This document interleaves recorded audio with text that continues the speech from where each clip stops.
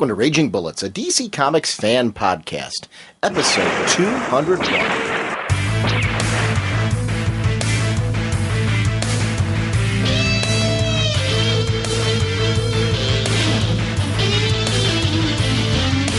Welcome to Raging Bullets. I'm Sean Whalen, drnorge on the comic forums, and I'm joined as always by my co-host Jim, the sensei of the whatnot Segulin, and the Duke of I want to thank everyone for their patience on this episode. It was my spring break this week, and my wife's as well, so we had a chance to spend some time together. And considering that I do a podcast every week, it was kind of nice for her to have me take a little bit of a break from everything. I don't really ever take a break from the podcast because there's usually something to do every single day, in a good way. I really enjoy that aspect of the show. It feels, like it's an ongoing project, whether we're recording or releasing or not. And it was kind of nice this week just to take a couple extra days off, so I appreciate your patience on it, just to give my wife some time, and kind of a thank you to her for her patience with me doing this every week. But this episode, we are joined by a very special longtime friend of the show, Art Lyon, as we discuss his work on The Shield, number 7, and he's the colorist on that book. And it's a really great time, if you haven't been picking up The Shield, to jump on board this book, because issue number 7 kicks off a brand new arc. And it's a very cool arc, and we're going to tell you why on this whole episode. Also, we continue our Greatest DC Universe Stories month with some of your emails and voicemails on the show. We're going to be continuing to air these throughout the month as we're building up to our episode. We're going to be sharing our own Greatest DC Universe Stories of all time. So, a lot of stuff coming. Our next episode is going to be JLA Avengers Part 1. We already got that recorded. And then follow that with our Blackest Night wrap-up, talking about Brightest Day, the beginning of the kickoff of that as well. So, we got a lot of stuff to discuss in that big Blackest Night wrap-up. I've actually got a thread in the forum and our Facebook group with, if you want to share your thoughts for that episode, any questions you might have, things you want us to discuss, feel free to throw it in there. I've got a poll on the website, too, with what was your favorite moment from issue number 8. I don't want to say more than that about the poll because people might not have read that yet, but if you've read that issue and you want to go to the website, there's a poll there that you can participate in.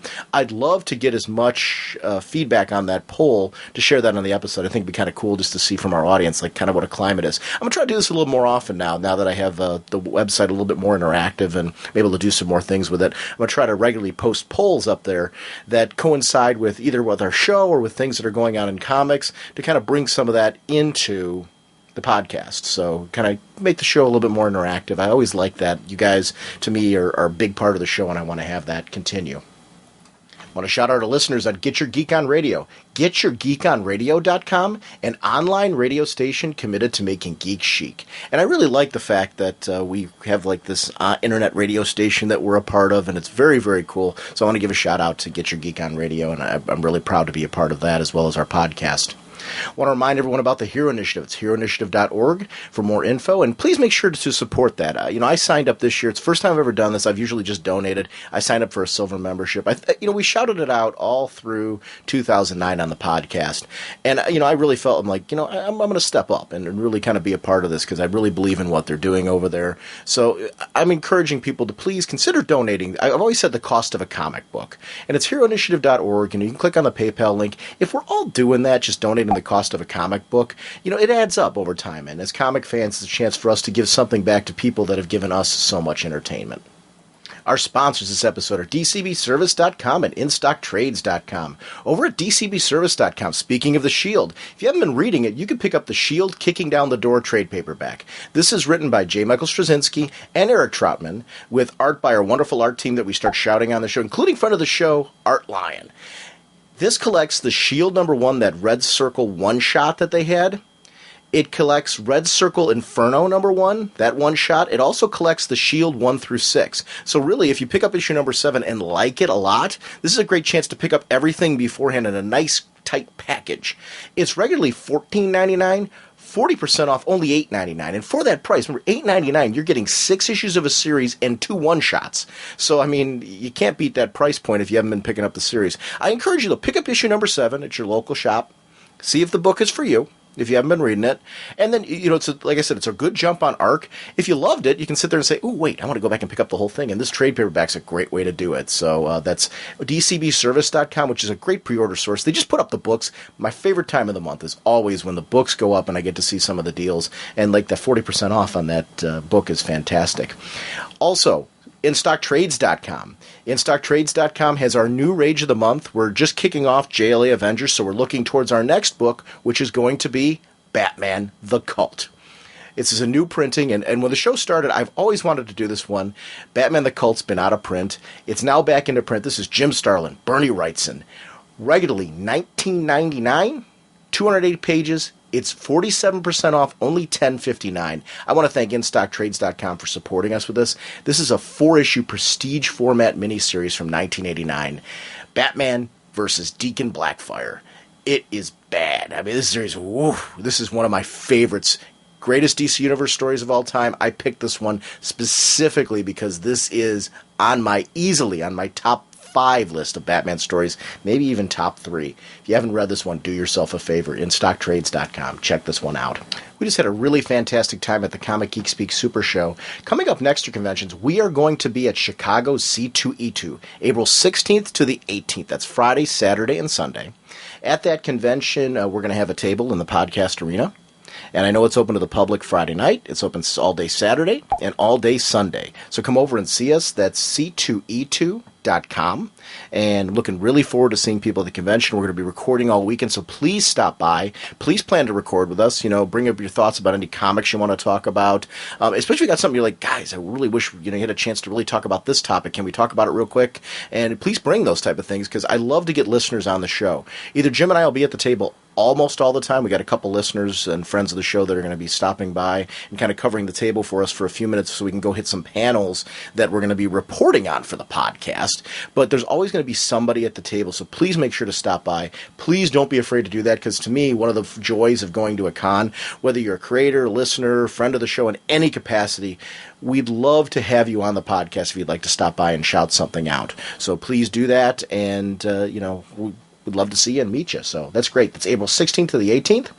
Coming up after that, and this is one that I'm possibly going to be hitting. Our friends over at DCB Service and InStockTrades.com are putting on the Summit City Comic Con. It's Saturday, May 22nd. It's SummitCityComicCon.com. And both of these conventions, there's links to them directly on our website under conventions. And, if you're considering stopping by this one, for us, it's a quick road trip. So I'm thinking about doing it. It's about a 4-hour drive, I think, for the two of us. So we're going to be checking that out and possibly attending that con. The guest list is fantastic in both of these cases. So 2 big conventions coming up in April and May that I'm planning on attending, and they're going to be cool. Yeah, we're a lock for sure at C2E2 because we got a table, so it's going to be a lot of fun to be in the arena there. And we're going to be reporting live from the con about the panels. They're going to be the DC Nation panel and news that's going on there. So really cool. Hope to see you there. Jim, what kind of a podcast are we? Well, Sean, we are a spoiler podcast. We go in-depth in the plotline, story twists, and whatnot of the comics we're reviewing on the show. So if we go over something you haven't read, you may want to come back later so you can better enjoy the show. Now stop and breathe. You did that all without taking a breath. Yes. It's my used car salesman voice. Thank you very much. Hey, There they are, all alone except for that old character. Joining us is a friend of the show, colorist Art Lyon. And currently, Art, we can see your work not only on The Shield, but also Batman Widening Gyre. And I want to welcome you back to Raging Bullets. Is now the time when I talk? Yes. Okay.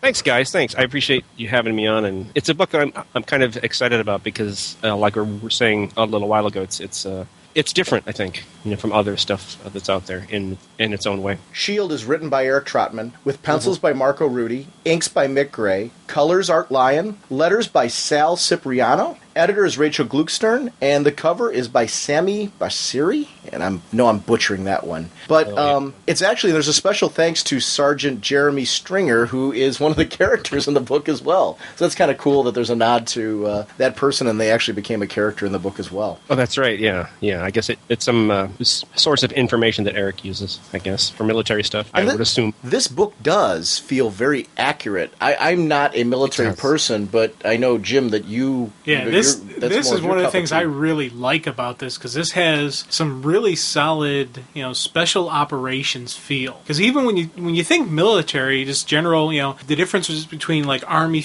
book or a Marine Corps book, there would be some different feels to it. But once you're like within the Army itself, if you're special operations or if you're your regular infantry, or a difference between infantry and armor units, there's just within the branch itself, there's its own little quirks to it, and this really has that. I feel like I'm reading this going, yeah, it seems very realistic to me. I'm really, and especially with when he puts the thanks in there, and you're like, okay, yeah, he's going to his subject matter experts, pulling up from the people who are actually there. So I like seeing that. That's kind of a cool, just adds to my enjoyment of it. I talked to Eric Troutman a while back, and he was talking about how he always gets these books that have like a lot of military content, and he's kind of tired of it, sort of, a little bit. He was mostly joking, but he's become sort of, I guess, one of DC's go-to guys. He worked on Checkmate and this, and what was the other thing he was mentioning? I can't remember. But he seems to have a knack for it. He seems to, I think, be well suited to it. Yeah, the whole espionage thing works for me. Yeah. One of the things I talked to you about, Art, and it's something I've talked about on the show,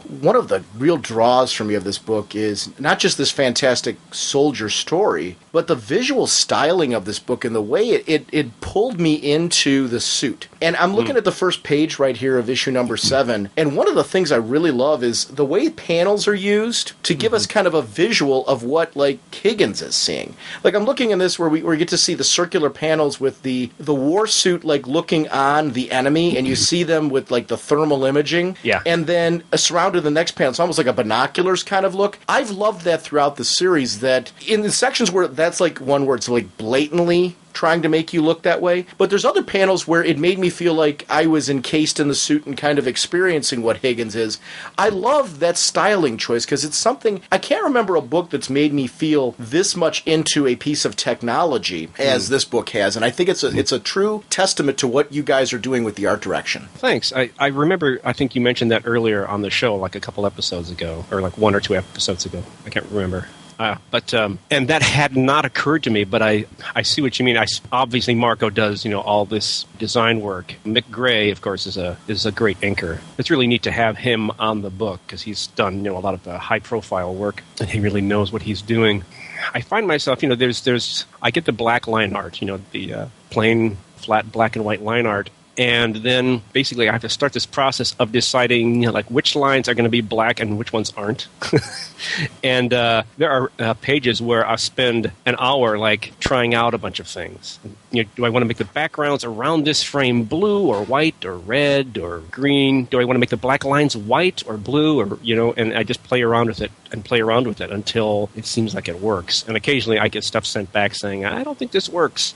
Actually, that's one of the questions I have. Do you get, when you get the original work to start working on it for the colors, do you get the artwork? Do you get notes from the penciler and inker? Do you get the script? What kind of material do you get? Or does it vary from project to project as far as what kind of direction you're given as a colorist? Because this is such a stylized book that you guys are doing here. And I have a question at how that relationship works, that it gets to the end product for you. Is that something that's consistent from project to project? Or is this one different than maybe a previous project that you worked on? Or Widening Gyre, for example, that you're working on? It's not consistent, which is fine. Different writers and artists and even inkers sometimes will have different amount of input or a different kind of input. I've worked on projects where I talk with the penciler and or the inker a lot. Like when I worked on Brave and the Bold, I talked to Doug Braithwaite, even though he lives in England. I talked to him 3 times, which is unusual for some for a long distance thing. And the inker Bill Reinhold, I talked to him pretty regularly. On this book, I've talked to Eric Troutman on the phone a couple times. I don't think I've ever actually spoken to Marco. But on the first issue of The Shield, I got multiple pages of notes. I think that he was just worried. He was worried that colorist X wouldn't know how to interpret stuff, and that's useful. That was really useful just in terms of getting the hang of things. But since then, usually it's just just here and there. If there's a page where he's worried that I might not understand something or I might not know what he's intending, I'll get paragraph about that page or that or a paragraph about a couple pages. On JSA versus Cobra, I remember I got a bunch of notes from Don Kramer about there were a bunch of pages in the latter issues of that series where he did this snakeskin background on the pages, and I had a few emails back and forth about that. Usually, everybody's busy, and so there's not a whole lot of back and forth unless you're trying out something new, really. Either a new relationship in terms of working or just you're trying out something new artistically. Well, I think that's one of the great things then, like you said, when you were starting off this series, getting all those notes in the beginning, you could establish a palette and a style to get yourself in kind of like quote-unquote shield mode. So that way you know exactly where the series should go and what direction it should be in. Which has got to be fun for you as a colorist then, especially being on this book for a majority of it, to be able... Because I think there was only one issue that you didn't do, am I right? Yes, number 3, I think. And that was at a point where everybody was overloaded. There was an issue or 2 that Marco didn't draw in there, I think. Like one issue. And I was doing 3 books at that time, and so we just swapped it out. But yeah, it's... I tried to give each book its own feel. Usually that is sort of predicated by the penciler and the inker. You know, I mean, you would be hard-pressed, I think, to color the Shield the same way that you would color JSA versus Cobra, just because the art styles are fairly different. And also that didn't have the level of design work in terms of panel construction that this book has. So this book's much more graphic, I guess is the word. There's more design in terms of the layouts and the panels and stuff. It's funny, whenever I look at a book, and especially on the art team, I like to give it a label. You know, and they're my own little personal, my own categories that I have for art. And when I'm with the Shield, it's a weird one because I'm trying to. There's no one set label I can give it, and it's a beautiful flow through. Like, you'll have some times when it's got a little bit of grit to it, but there's still very crisp lines and very crisp colors. You'll have some subdued colors, but then a splash of avant-garde type, backdrop, just accenting stuff. It is just this mesh of flow. It's like I couldn't come up with a category, so I'm creating a new category, by the way. I'm calling it the art style now, or the lion style. The art style or the lion style. I'm not sure which one I'm going to go with. Part of me kind of likes going the art style for the art style, because, I have a little quirky humor that way. But, if I don't want to confuse people, I would say the lion style. You're so clever. Yeah, but seriously, dude, this is a great meshing. When you look at some of that opening fight sequence where it goes through, it starts off and exactly, it was like a nice some gritty stuff as he's looking on it, but as he starts swooping, you get this cool look at his face. The action sequences as he catches that, the missile or whatever and throws it back to him, and then it just the combat flowing. You have this red, white, and blue outfit that sometimes looks a little subdued, but then, you get the splash of color as the explosion happens, or as, you get a cool close-up look at his face, kind of action. And I was just like, wow, this has been a really cool visual feast for me. Thank you very much.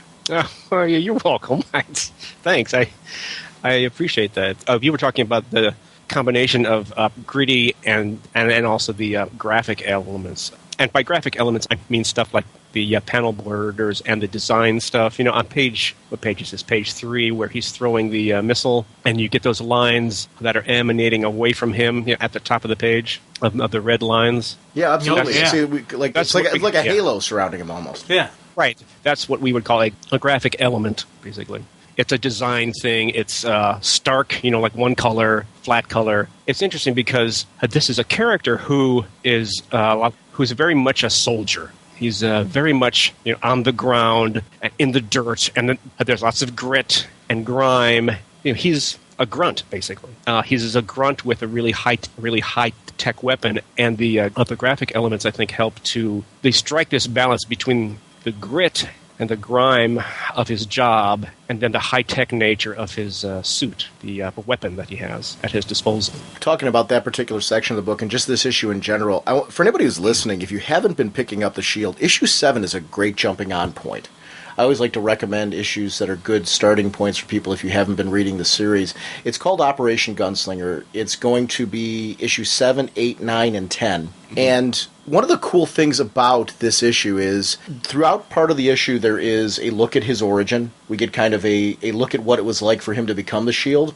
But we've also got this great new story going on where they're trying to stop... What do they call the group? I'm drawing a blank on the name of the group. Black 7, is that right? That's right, Black 7. This Black 7 group is now found hive technology, and this is experimental hive technology that they're trying to sell to the highest bidder. So it would make sense for our government to try and take this stuff down before it gets in the hands of other governments or terrorists or things like that that could be used against the U.S. So So this really is a true story of a soldier who, like you said, an infantry guy who has gotten a hold of this high-tech technology through circumstances that we get to see unfold in this issue, and how he feels about that. But I loved, in that section you're talking about where he's throwing the missile, I love how the sequence so goes along with his internal dialogue, where he's talking about everything he's been through so far. He's fought Grodd in Bialya. There's been this whole mind control thing going on that he's had to deal with. He's also had to deal with the meeting with the Jaguar for the first time. I love the Nazi UFOs, and then the meeting with the Great 10. So he, as a person from a grunt, like you're talking about in the infantry, has now had these missions that are things that would start to make you in shock and awe of what's happening around you.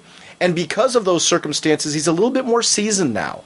Catching this missile and throwing it is not something that throws him off anymore. I love how we continue to see right from that sequence, right into this bit where he's crashing through face first, where he's saying that turning myself into a human-guided missile is something that doesn't faze him anymore. I was thinking about shows like The Greatest American Hero, where you would see Ralph like covering his face or something like that when he was flying, and how it's so comfortable right now to see Higgins here not covering his face, because he knows the capabilities of his war suit, his shield suit that he's wearing at this point. And I love that development of the character. This has been a character whose growth I've been just really enjoying visually watching.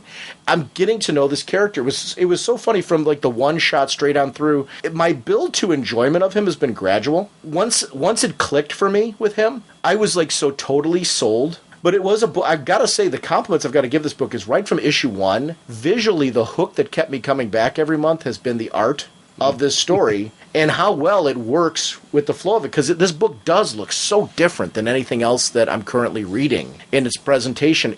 I love that the art team, all of you guys, are having fun with experimenting with how to tell this guy's story in comics, because I do think the colors and the use of panels and everything it's just a little bit of it feels experimental, and it's all like catching together in a way that's just very, very cool to me. And it's one of those books that I want to shout out. Anybody who's listening to this that has not been reading this book or hasn't picked it up, do yourself a favor, because this is something, anybody who's a fan of good comics, this is a book that you're going to want to read and look at visually, because it is something that's different. It belongs in your library as something that you just want to go, wow. And go to like the things like The Source, because The Source had that 2-page spread that's in this issue featured on there. And I remember I threw it right up on the website, a link to it, because I just saw it and I was just I was stunned by it. And I read a lot of comics. I love the visual style of all the comics I'm reading, but for something to really kind of hit me and make me go, wow, that had a lot of pop to it, it's a testament to what's being done in this book.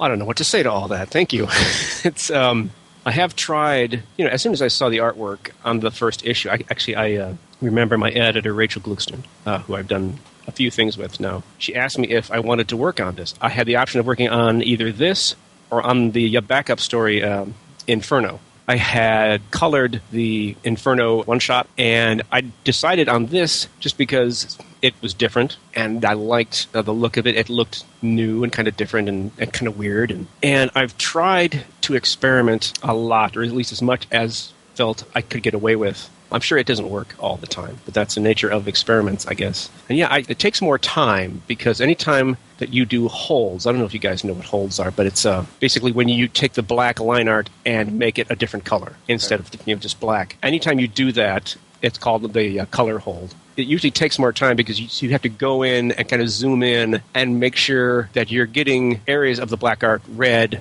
that you want red, but not the areas that you want to leave black. And sometimes that can be a little painstaking, but I think it's worth it. I don't think this book looks like anything else that's out there.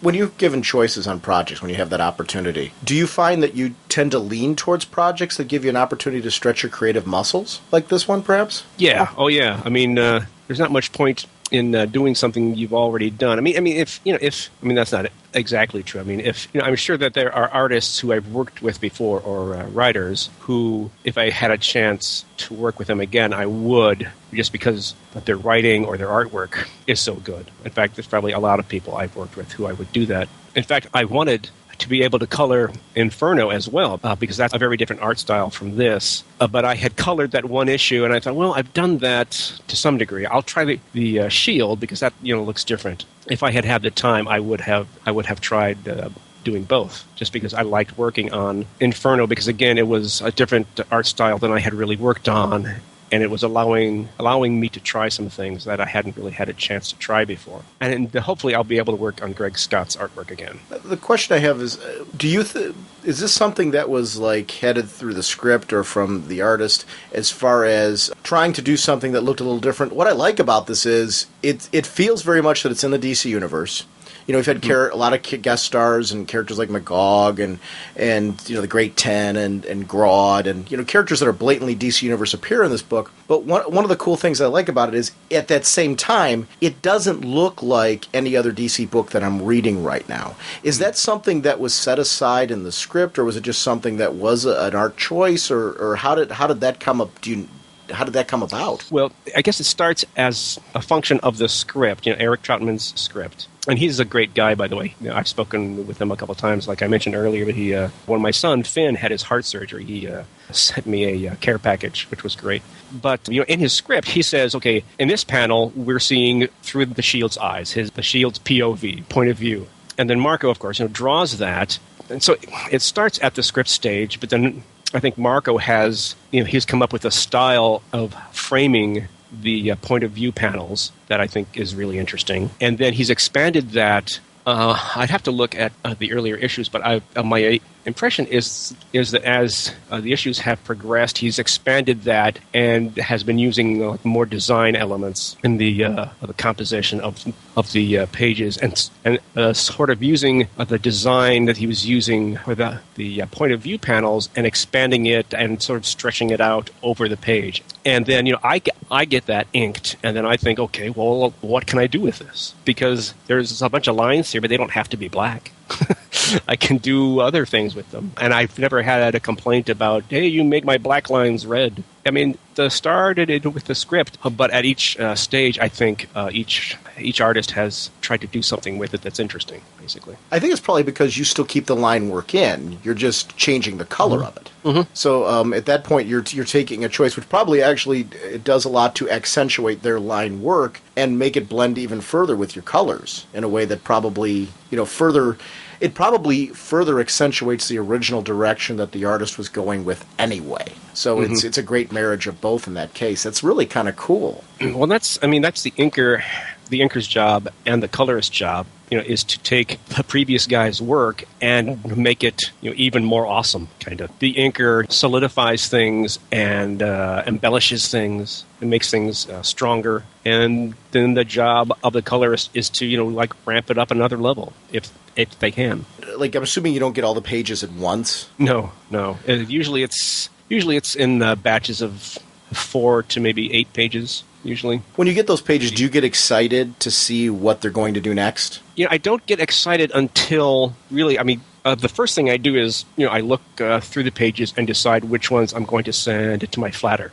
And my poor flatter always gets the pages that are the most complicated because I don't want to have to spend the time. And that's just really fast. I just look at it and see, okay, is this really complicated or is this, fairly simple? And then I don't really look at them again until I get the flats back and I have to start going through and deciding on the colors, choosing my flat colors, just flat colors without shading or anything. No highlights or shadows or anything.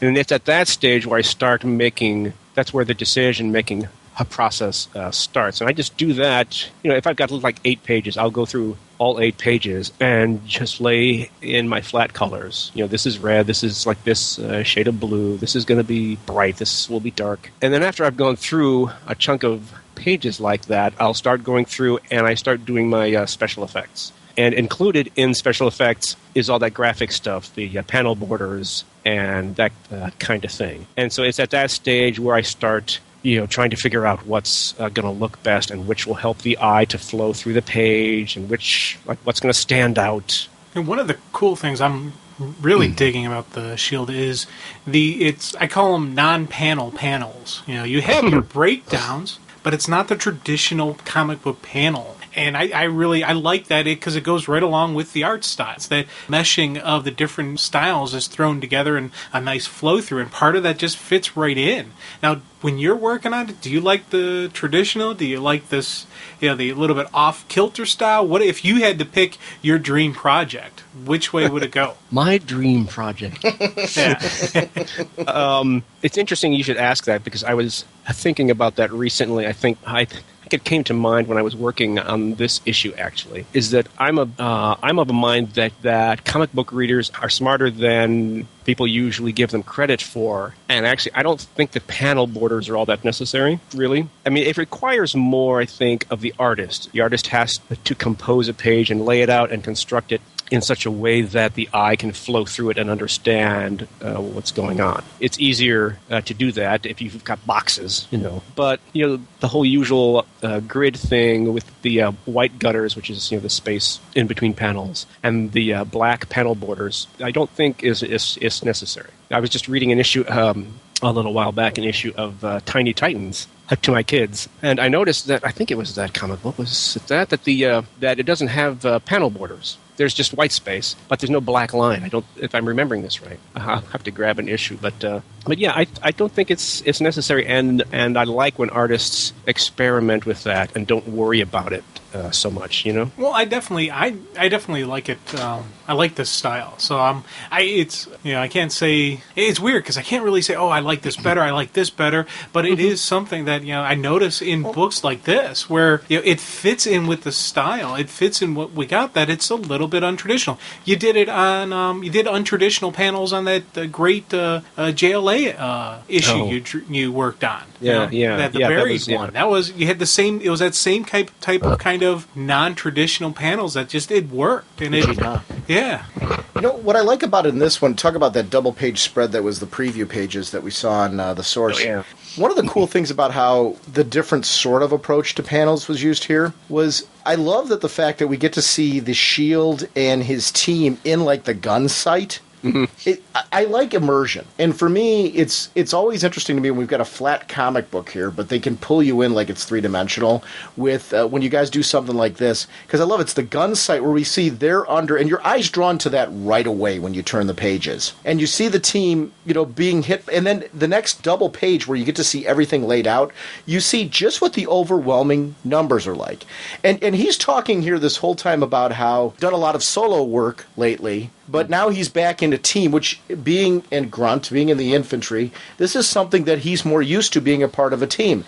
Except because of his own experiences in that role, he is all the more well aware that one crucial misstep on his part, being his role is to provide an opening and opportunity for them, could put them in danger. So he's really got to make moves here, and especially seeing the numbers and the fact that you're dealing with massive machinery and experimental weaponry and all that, he's really got to move fast, take out as many people as he can, and be as creative as possible. And I love how when you see this flow through, you see him fly on through and the sheer numbers, but then these individual little panels down at the bottom are showing him doing, one-on-one melee combat where you're, kicking out the foot and all that stuff.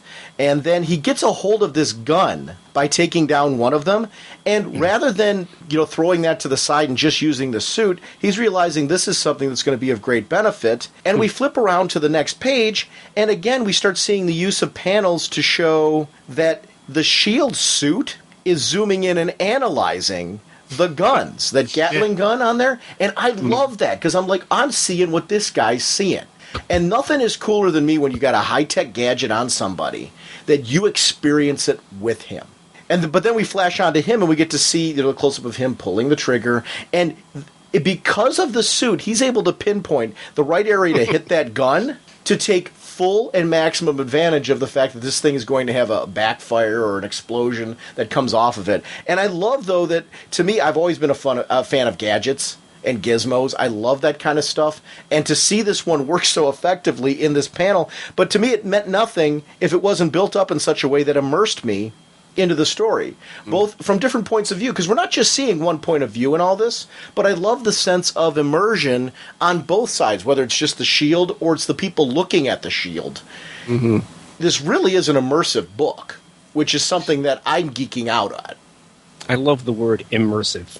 It's kind of a goal of my. I mean, in any kind of media, a reader, or if you're watching a TV show or a movie or listening to music, you want something that's immersive, that draws you in and kind of takes you out of your world and gives you a fresh, new experience, or at least an experience that you're able to suck yourself into, kind of. And actually, this page that you were talking about, page 6, I think is a good example of a really good marriage of script and pencils, because you're right, it gives you a lot of interesting information and perspective. And I have to look at the script, of course, to see exactly how it was described, but I think that this is awfully close to how it was described, by Eric, and then Marco drew it, and it just works really, really well, I think.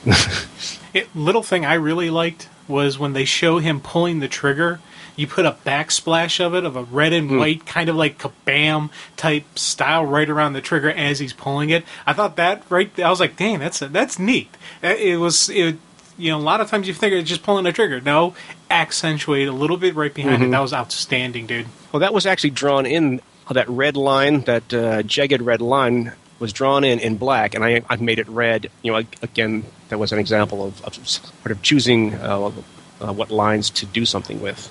Well, that actually, for me, I like that, just because of a lot of times you're using a lot of oranges, a lot of the yellows and the reds, kind of like just for that raw emotion, but also just for kind of like an action type sequence. So really the red on the yellow, I think, is a good color combo. Oh yeah. It's a very stark, and it kind of, I think it kind of universally implies explosion, Yeah. One of the cool things I like when Higgins, after this sequence, we see him run into Staff Sergeant Jeremy Stringer. And Stringer is with him on this mission because really he's looking for payback. He's looking for revenge. He's looking for kind of a chance to make peace with what happened to him before, because he was mind controlled by Grodd. And I love that little tidbit there, and the Brain Emperor and that whole bit. I like that little tidbit because you would think, what is more of a violation to anybody, much less a soldier, but to be used as a tool by somebody else in a way where you have no control. And you figure in that situation he would have some awareness of what was going on around him when he was under that control. So I could see him. It actually made me respect that character even more, that he's like, I'm going to go back out in the field because I need to step up. I need to have a chance to, kind of make my own peace with what happened to me. And he volunteered for this mission. But in that whole sequence where it gets really cool is we see Higgins quickly taking the lead. Behind him, Stringer and the crew taking advantage of the lead that he's making. I like that Higgins, when he encounters these different pieces of technology, he's picking up everything along the way. He picks up those 2 handguns, realizing that they're part of the new tech, this hive tech that they're taking advantage of. Right. He picks these things up, and he's using everything at his disposal. Everything that's there is a tool for him to use as a soldier and as a warrior on this field. And we get this great one-page spread of action where he is jumping into the air. We see him flipping and targeting joints, which again is being selected by a combination of him and the suit analyzing the weaknesses on this giant robot. And nothing is cooler than seeing him flip around. It was something I liked in that Batman Face to Face. We got to see, when Don Kramer and all the artists actually that were working on that book, they did this as well. We got to see Robin and Batman do this kind of action. I'm a fan of this kind of presentation where you get to actually see physical movement where there really isn't movement. Mm-hmm. It's another example of not using, instead of using panels, assuming that readers will be able to figure out, well, there's not actually 5 shields there. Well, and it flows, though, in a way that it guides you through the action, because if you start at the left-hand side of the page, if you follow through, it goes in this cool circle. Mm-hmm. Yeah. And like you said, you don't need a panel if you're doing that, because you're following. I think that's where a good artist, if you're going to take out the panel structure, a good artist knows how to keep the reader's eye flowing through the page, regardless of how it's laid out. And that's something, to me, where you're right, you can either do a traditional panel structure, or you can go to this type of direction where you say, okay, intelligently, where would people go first? Well, they'd go from left to right. So if we plop him there and we follow him around in a circle, they're going to get this really cool flow of action. And to me, in this particular picture, it would have been hurt by panels. because because I think it would have taken away from the visual of the enemy that he's fighting and the epic scale of how big that thing really is. Yeah, you're right. That's a good point. The scale thing would have been lost a little bit. Yeah, Marco knows his stuff. He's no slouch in the design and storytelling department, I don't think. The funny thing with that sequence we were just talking about, because one of the things I've actually, since we've had colorists on the show, and I've started looking at like light source and stuff like that with the shadows on the bodies and just the accentuating, how if it's got the brighter light on it, it'll change the the color of it. And as he goes through the flow through, you keep that nice, really constant where it's as his body changes, the shadows are kind of changing on him where it would be. And I was just wondering, like, is that for me, it would be like dang near impossible to keep track. Okay, when he's in this position, it'll look like this. But when you go through this, do you just throw it down, do it? Do you have how do you extra? How what's the process on keeping that straight in your head? Because I know I couldn't do it. Well, there's a funny rule I have about comic books, and that is that when it comes to coloring, and that is deciding which is the bright side of an object. I mean, obviously, to some degree, it's determined by the artwork, but a lot of times an artist, will draw it in a way that, okay, there's a light source here and a light source here, and I get to decide which one is warm and which one's cold, which one's bright, and then which one's dark to some degree. But my rule is that you can't be too realistic about how things are lit in comic books, because your goal is to help tell the story, and you have to light things in a way that helps to tell the story. And so here is just like a choice of to some degree I've got you can kind of read the blacks and say, okay, well, the blacks are where it's darkest, and so obviously the brightest light is on the opposite side of that, and so I just go with that. But there's also a lot of instances where you could go either way and make the bright light be over here or be on the other side. And it's really just a matter. It's a lot of it's just instinct. After the more you work, the more you get used to it, and you just kind of decide these things based on what just seems right. I think in this case, I kept in each instance of him jumping around and shooting, I tried to keep the light source in the center of the page, or in the middle of the page, just as a way to help to unify it, kind of. One of the cool things I liked about your color choice for the background, with all the action that was going on around him, because of the fact that we used those yellow tones around there, and there was the explosions coming off his gun, it gave me a sense of speed to what he was doing. Oh, okay. Good. Because of the fact that he was shooting at each of these sections all the way around it, because if you take a look at the way the action's flowing, he's really targeting joints and weak areas all around the entire body in a very fast visual flow through. Because it's so bright all the way around, it's giving this sense that parts are exploding, bullets are hitting edges of things, all of these things which would be causing sparks and bright lights and things like that around it, increasing the sense that he is moving very fast around this, because we're seeing it not in one location, but multiple locations around him, to the point where this thing's almost glowing now because of how much sparks are flying off of it. Mm-hmm. And I loved that. That was something that, to me, I love giant robots, and those type of gadgets. And I love seeing when you see a little guy effectively taking one down. Because if I was the Shield and I had the ability to do this would be a cool part of being the Shield. Yeah, taking down the giant robot. Yeah, and who would? Afterwards you're going, yeah, that's me. I did that. I love that whole moment though, because right at the end he does a Let's Dance. In that moment where he lands and he's crouched down with the two guns off at his side. And right. You know what? You would do a cool pose after that. Sure. Why not?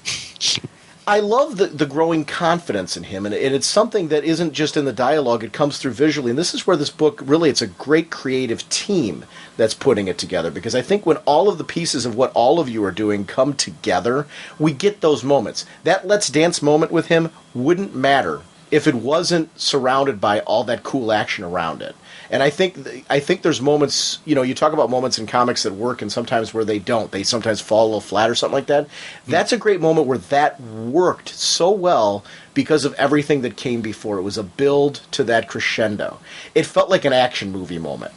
Where it's like, yeah, that's a line you're going to say afterwards. You're going to high five afterwards and go, yeah. So it was a cool sequence. It's interesting. I remember when I was working on these few pages with the robot, I had to decide what color the robot was going to be, and it was completely determined by. I had already established the color of the backgrounds, this kind of brownish, greenish, and then yellowish. And so I'm like, okay, well, what color can the robot? He can't be green. That won't work. He can't be blue. I mean, it could be blue, but I didn't want it to be a cold blue. It had to be a warm blue. And once you make a blue warm, it starts to look, kind of purple. And it just kind of, became purple just because it had to, basically. I think with him being purple, too, he stands off from the shield a little bit more. Yeah. And I think that purple works even better. Because if you'd done a blue, I can't help but wonder if, even though it would be a little bit of a different shade of blue, if it wouldn't have as much pop, like because the robot does pop, and he pops again with the hero being there. He pops even when the hero crosses over him in those sequences. The shield never really gets lost in that whole sequence, and I think it's really important that your eye can not only see the cool robot but can follow the shield all the way through, and it all came together in a way that was very cool.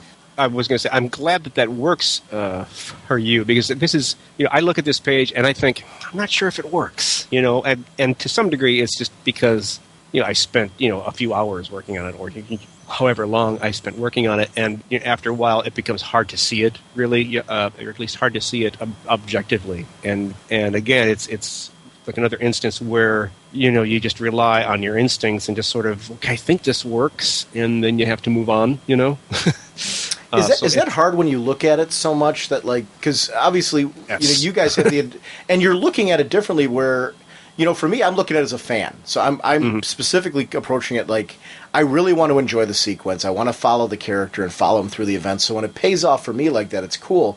But because of the way you're close to it, you're close to it in a way that I won't experience it.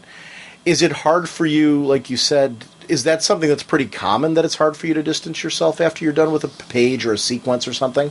Yes. It's this is the advantage of the process where I turn in pages and get comments from the writer and the penciler, the inker, and the editor. I'll send an email with a page or 2 or 3 or 4 pages that I've done and say, okay, here's what I have. And especially on a splash page or a 2-page spread, I wind up, I'll get lost in the details because, I don't know, there's something about having one really large image that it makes it harder in a way, because I'm not sure why exactly. I have this worked out at one point, but I guess it's because, if you've got multiple panels on a page, then even if they all take place in the same room, in the same sequence, you can change color of the backgrounds or of objects in the background, or you can change the color of the lighting.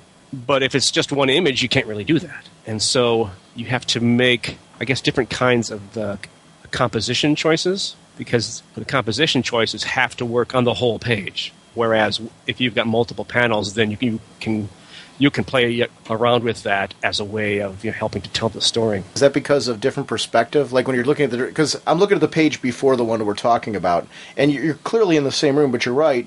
There's different colors going on in the backgrounds, and it works because of, and I'm looking at each sequence, it seems to work to me because of the fact that we're dealing with different perspectives. So your light sourcing and what's in the background actually would change because you're looking at a different wall, or you're looking at it from behind somebody's shoulder versus them facing them and that type of thing. Is that why? Yes, it's that, and also what I was saying earlier about how, I'll give you an example, on page 7 here, at the bottom of the page, we have 2 close-ups of the shield, and he's looking down and deciding that he's going to use these guns. And that first panel, there's like a bluish-greenish background and a bright light. And in the second instance, it's flat red. Now, you could argue, well, those really ought to be the same color. But, I made a dramatic choice and said, no, I'm going to make this red because it's important.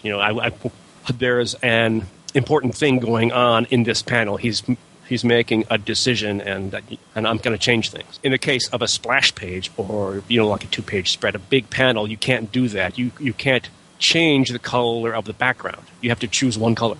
You know what I mean? And it has to work on the whole page. And also because a splash page is just bigger, I think one of the problems I have is it starts to become a painting, kind of, because it's just one big image. I almost always spend more time on a page if it's just one big panel than I would if it were a bunch of smaller panels. I like that close-up of his face there, too, because the greens there kind of give that warm feeling of being introspective. Mm-hmm. You know, where he's thinking through the process, and then we get that red. It's I'm ready for action. The decision's been made. Let's move. Mm-hmm. And that's a theme of this book. It's something that I really like. When he's ready for action, he's ready to throw down. Higgins doesn't just do one thing. No. It's interesting because he really has this. This is another example of how there's really not another book like this. Is that he really is, in a lot of ways, just a soldier. And I really like that he's got this group of guys with him in a couple places in the stories. There's also not another character in comics, at least not that I can think of, that has that. He's got a group of just normal guys. I mean, granted, they're special forces or whatever, but he's got half a dozen or a dozen guys doing what Jim always talks about. He's got backup. Oh, big time, yeah. I like though that I think that's really neat. Oh, definitely. That's as I said, it has that feel to it, and that's something that I enjoy, like in a team dynamics, in a superhero team. But this has got that little bit extra because those are normal guys that are with him. Those are normal. Any of us could, maybe not. I don't know. Well, any of us maybe could. Could be I'd have right to lose a few pounds. Yeah, me too. But in theory, any of us really could do that. And this is something that one of the things that I really attach myself with the Shield and I'll say my brother could be doing that with him. How about that? Because he actually is a soldier. So it's something that really gave me a connection with this guy that is this soldier, but he's not just the diehard, full-on grunt where he doesn't have no independent thought. He has this, where it's part of his strength is that he does improvise, adapt, overcome. One of my favorite martial art movies are Jackie Chan movies, and I love him because he's always he's scrambling in his fight sequence. And the Shield has that same type of style. Yeah, he's got this massive power suit, but he's still improvising. He's doing the flips around. He sees the guns, picks up the guns. He's doing this, and it's this action sequence, and you guys are capturing it in the comics. So I'm sitting there going along with you, getting the dun dun dun dun dun dun dun, theme going through my head as he's fighting. I would love to sit with you when you read. Do you make those sound effects? Depending on the book. There, like with the Shield, I was making those kind of noises, and I, sometimes if the creative team puts in the sounds like bam or crash, I will read that part out loud. Just because, it's for some reason. I want to be a fly on the wall when you're reading comics, Jim. I want to sit in with his neighbors. Do they hear this? I don't know. Oh, Jim's reading comics again. Yeah, it's pretty crazy. I like that the Shield also improvises with his suit. He's regularly coming up with new ways of using it. I'm with you too, and I think that's one of the things that makes him accessible.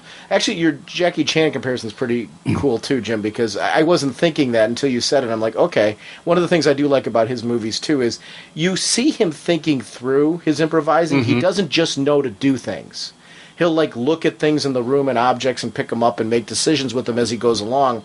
And the Shield does that, and I think this is something that makes the Shield accessible. I like that he doesn't just know to do certain things. He analyzes things, makes judgment calls. Art, like you were talking about, I liked it with the suit. The more that he uses it, the more that he learns about its capabilities. And then learns how to... I like that he doesn't know, and I should correct myself there. I like that a lot of times it's not that he knows what the suit's going to do when he tries something. It's an experiment. Let me try to see if I can, take some of the power and put it in this area, and let's see how it reacts. Because theoretically, it should react in such a way where I'm able to do this. With the Jaguar, there was some cool experimentation in that issue, where we got to see him use the suit in a very different way, with the cloaking thing that he was kind of doing with it. Right. Anybody that works around equipment a lot, or machinery, and to some degree this is true with computers too, but computers are more sensitive. But with, like vehicles or weapons, is that there's lots of specifications about how you're supposed to use it, but these things are always over-engineered, and you're almost always able to push them because the people who designed them, they're under contract and they don't want to get sued, and so the limitations that they put in the manuals are always really conservative because they don't want you to take it all the way that it can go. And so there's always room to play around and really push it. And I like that he's always pushing it. Yeah, it's, Scotty, when he was on the Next Generation, he's like a good engineer, always is a little bit conservative on paper. Yep. I like this confrontation with the driver of the robot. Now it's about intimidation. You can make a fuss, or you can come quietly, buddy. Your call. And, because at this point he'd proven himself, certainly, with all that pop. He does need him to come quietly because they need information. I like that we get to see some intelligence gathering here because they need to know more of who is... And at this point, as readers, we don't know who's behind this. That group that they're talking about was a Black Seven. Yeah. That isn't revealed till the end of the issue as being the group that they're going after. And I like that we get to see where are they going to find that information. Well, if we don't walk out with somebody to gather intelligence, we're not going to know any of this information. So that it does show, again, as a soldier, that he's capturing this guy not to send him to jail, but to bring him back for questioning and interrogation, and let's find out what we can get. Then this leads into this whole sequence where we see that this group, this black, whatever group it was, we didn't know it was Black 7 at the time, but has gone so far as there is a countdown timer in place that we're going to destroy all evidence if we have to, which is, again, it shows that their opponent is a thinking opponent. And I love that sense of, because it does build here to a visual sense, with all the explosions going into the background, it builds to this sense of danger. And what is that on the screen back there? I can't quite read. I love that you used our website. That was very, very cool. On the back there's a pop. Now was that like what caused them to want to blow the place up? They listened to one of our shows, or was it? That might be it. It was my singing. You guys, you can expect a call from the Department of Homeland Security. Jim, you'll take that call. Yeah. Then they'll hear you do your little singing and everything like that. He's obviously nuts. Yeah. And then they'll leave us alone. There you go.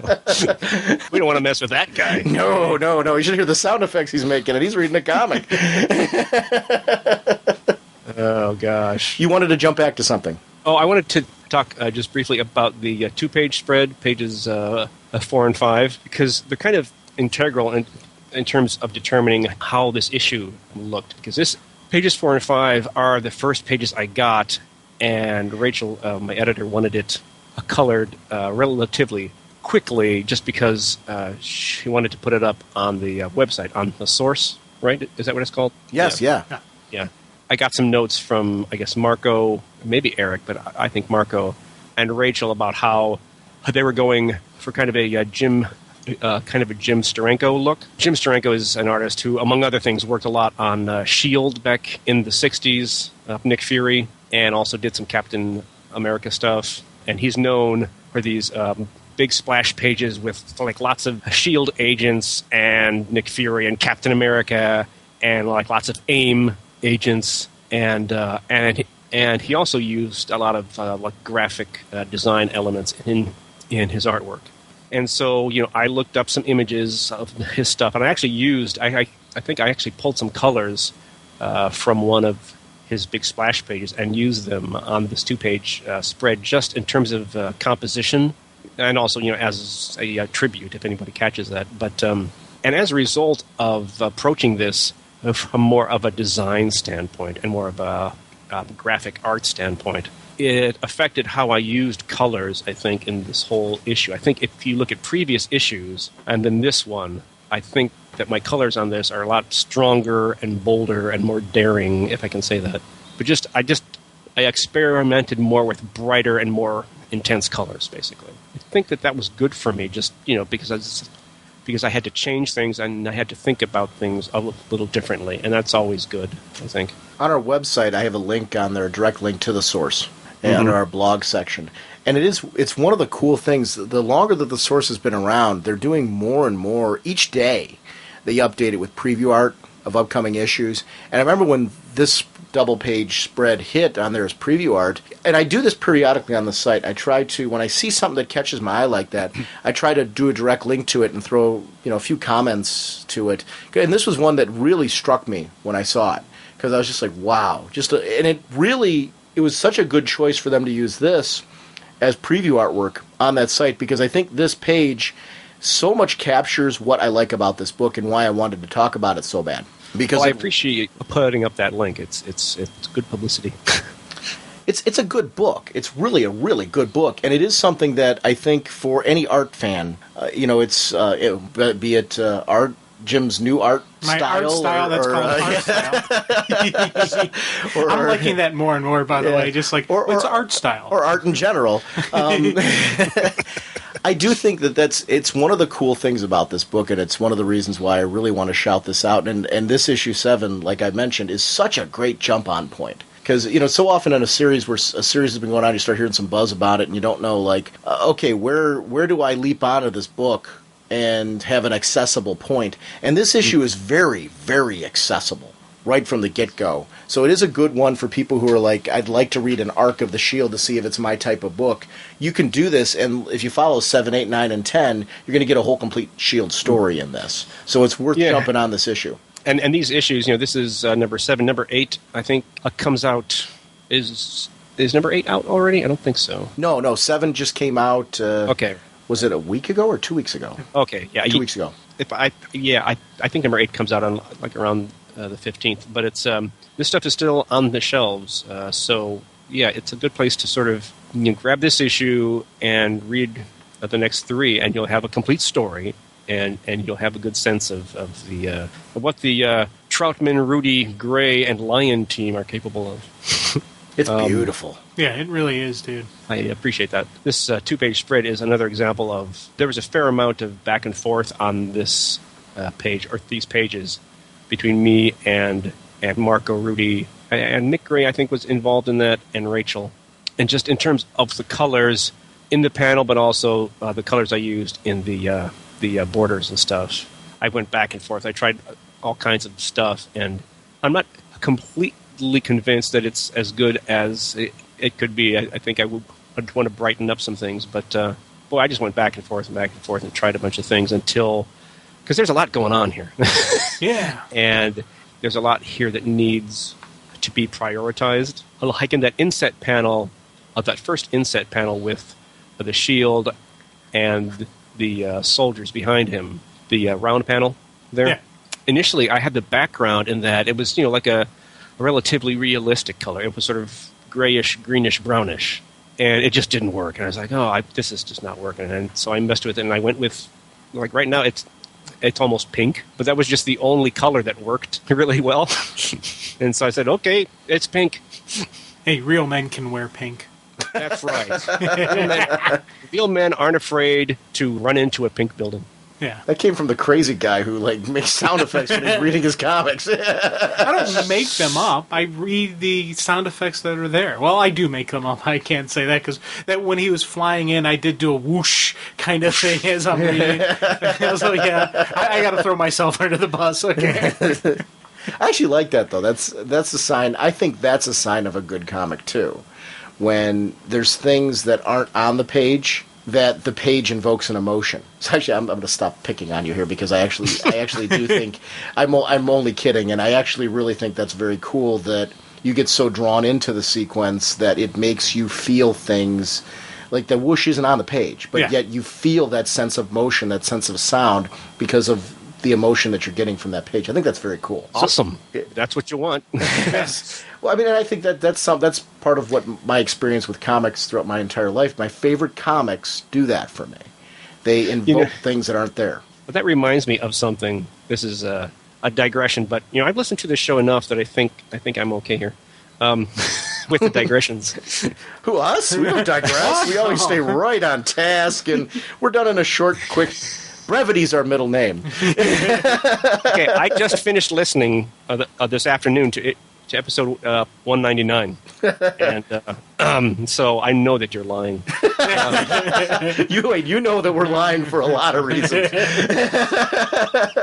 You were talking about how that's the way that you read comic books, and you have since you were a kid. In your head, even if you don't do it out loud, like Jim, you do it in your head. You go whoosh or whatever. Mm-hmm.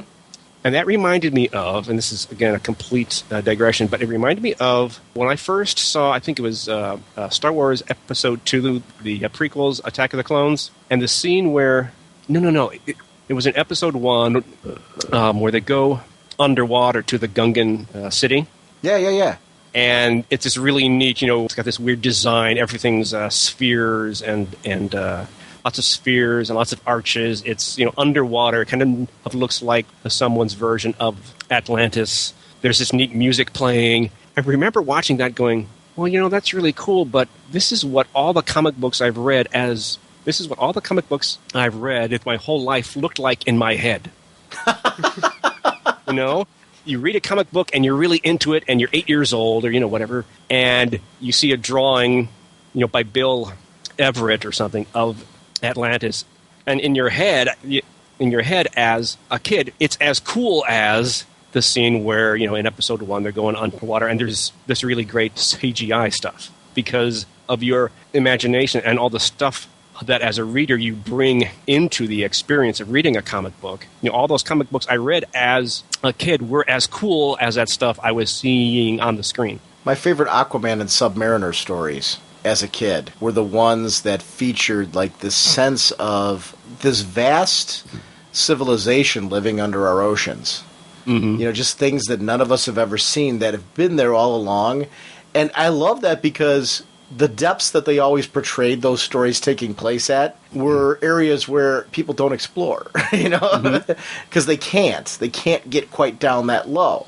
So that stuff is always very, very cool to me when we get to see those visually. And you're right, that is something from that particular sequence in that film does remind me of the kingdoms and the vast lands, something very, very classic Submariner and Aquaman. Both of those characters have those kind of this feelings like there's races down there that, even though that didn't take place on Earth, but it did have that same feel.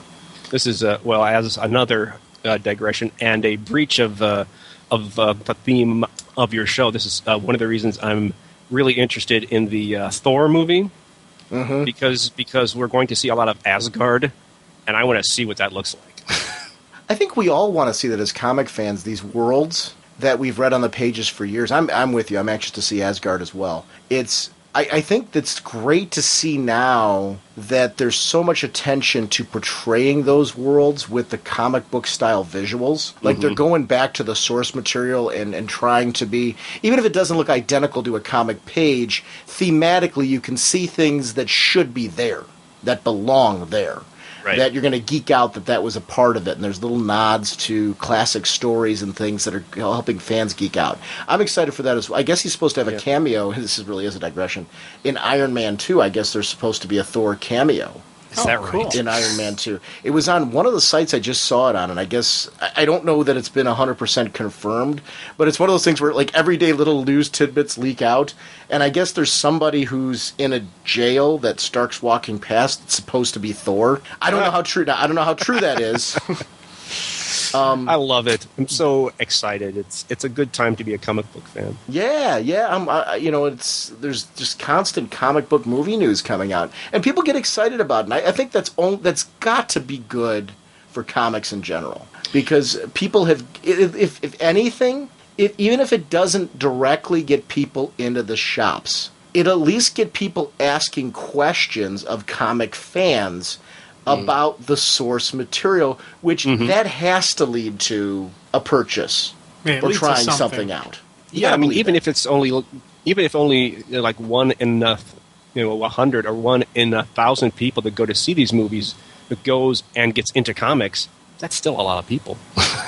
And it's I think it's a good sign in some ways. The purchase of Marvel by Disney and also the promotions at DC, I think, are both indications that the suits, the people in charge at Disney and at Warner Brothers, are starting to understand what comic books are and why they have to support them, and try to keep them strong because, I mean, just purely from the perspective of these executives, these comic book universes, the publishing of these comic books are basically idea farms. And there's years and years and decades of ideas that they can tap.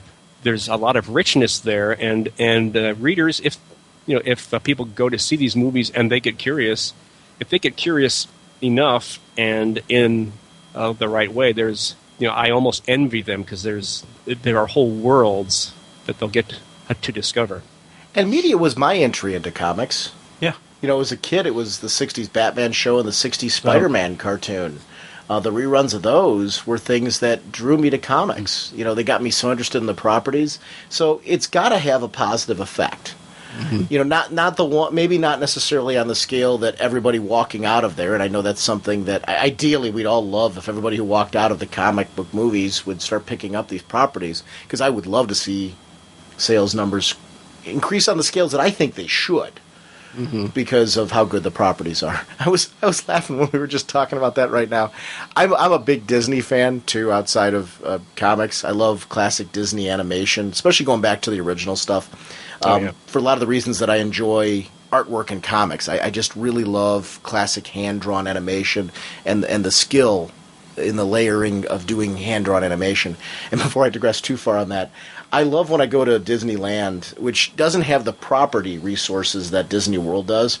They've still got some of the really old classic rides, like Mr. Toad's Wild Ride and stuff like that. I'm always cringing that someday that's going to be replaced by something else. I've come up with something they could replace it with, though. Dr. Doom's Wild Ride. You could get in the car, ride through Latveria, praise Doom along the way, stuff like that. I'm like, okay, now they could change that ride. I'll be okay with it. Wild Ride. Oh, yeah. Praise Doom. Oh, my gosh. Because it would fit the Mad Hatter's Tea Party. When you're going through there, it's just because it would be crazy to worship Doom on any level. But yet you find yourself drawn to do it anyway, even though you know you shouldn't. So it would fit for a ride. And this really is a digression. But okay, I've got more digressions. Through the magic alchemy of nature's most awesome sources of energy, Ray Palmer, atomic physicist, becomes the atom.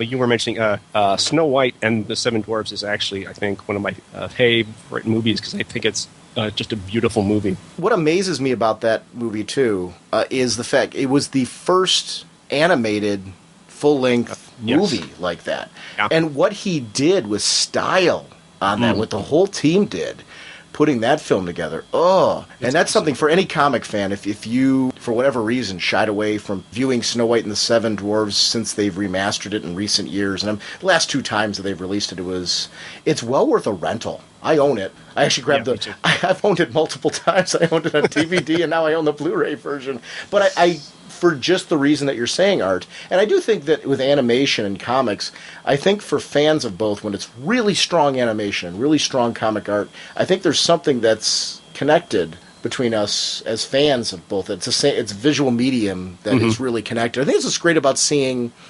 We'll bring it back. It's what's great about seeing comic properties, delved into these animated releases now. Because, wait, another book, I'll be honest with you, here's a book that I would love to see, The Shield. I would love to see The Shield as an animated piece. Oh, yeah. I think it would work really well. It would be, if they held on to some of the stylistic stuff, I think it could be really interesting. Gosh. Yeah, imagine using the structures that you guys were using for panels and use that effectively as scene transitions. Well, you know what? It would almost work better as a digital comic. Sure, absolutely. Because you could actually have some elements that move, like those the Watchmen or the what was the other one did? The motion comics. They've done a bunch of moving around the graphic elements and stuff. They've done Batman Black and White. They've done the Watchmen. They've done Batgirl. Marvel's done a ton of them. They just did the Astonishing X-Men, and Spider-Woman, which were both really, really good on the Marvel end of it as well.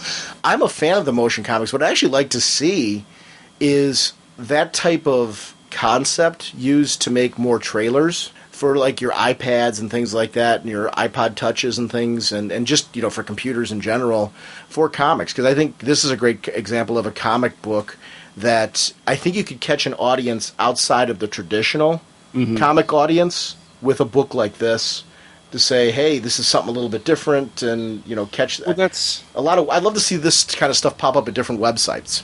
Well, that's interesting because a book like this, which does have a strong design element to it, would in some ways lend itself more to users of the iPhone or the iPad, or people that want to read their comic books or their web comics or whatever on a device like that, because the programs and the applications and stuff like that you use on an iPhone or an iPad or whatever it is that you have, those programs and those applications have their own design elements to them in terms of the user interface. And this is a comic book like this that's relatively design heavy. I think would integrate well with that. And you were talking earlier about the influence of these movies, on the sales of comic books. I think that what I was talking about before, in terms of the promotions at DC and the purchase of Marvel, I think that we might see more cross-promotion, or at least more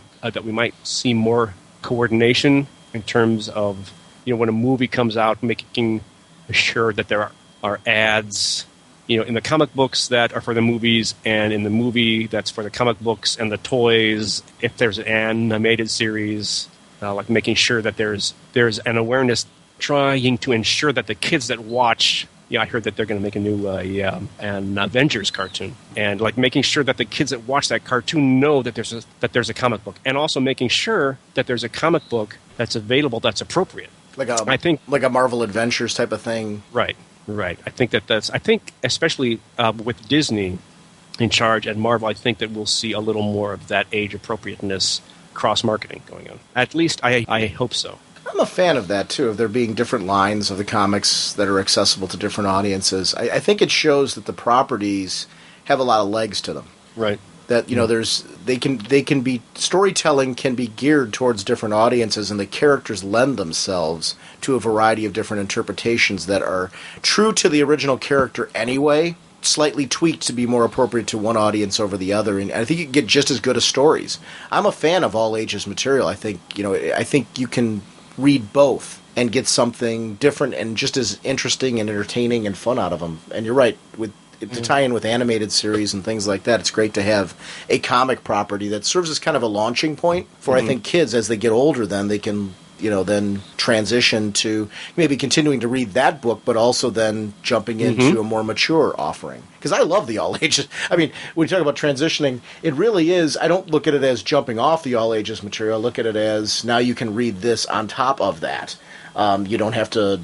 Because I do. I read all ages as well as the stuff that's more geared towards a more mature audience, and I like both offerings. Oh, yeah, me too. It's there's one other thing I was going to say. Oh, about the we were talking about including the design elements of like Asgard, in the Thor movie, and how the movies are using these the kinds of images or designs in comic books and actually using them in the movies. And one of the things I was struck by years ago, it was Alex Ross. I think this was on Marvel's.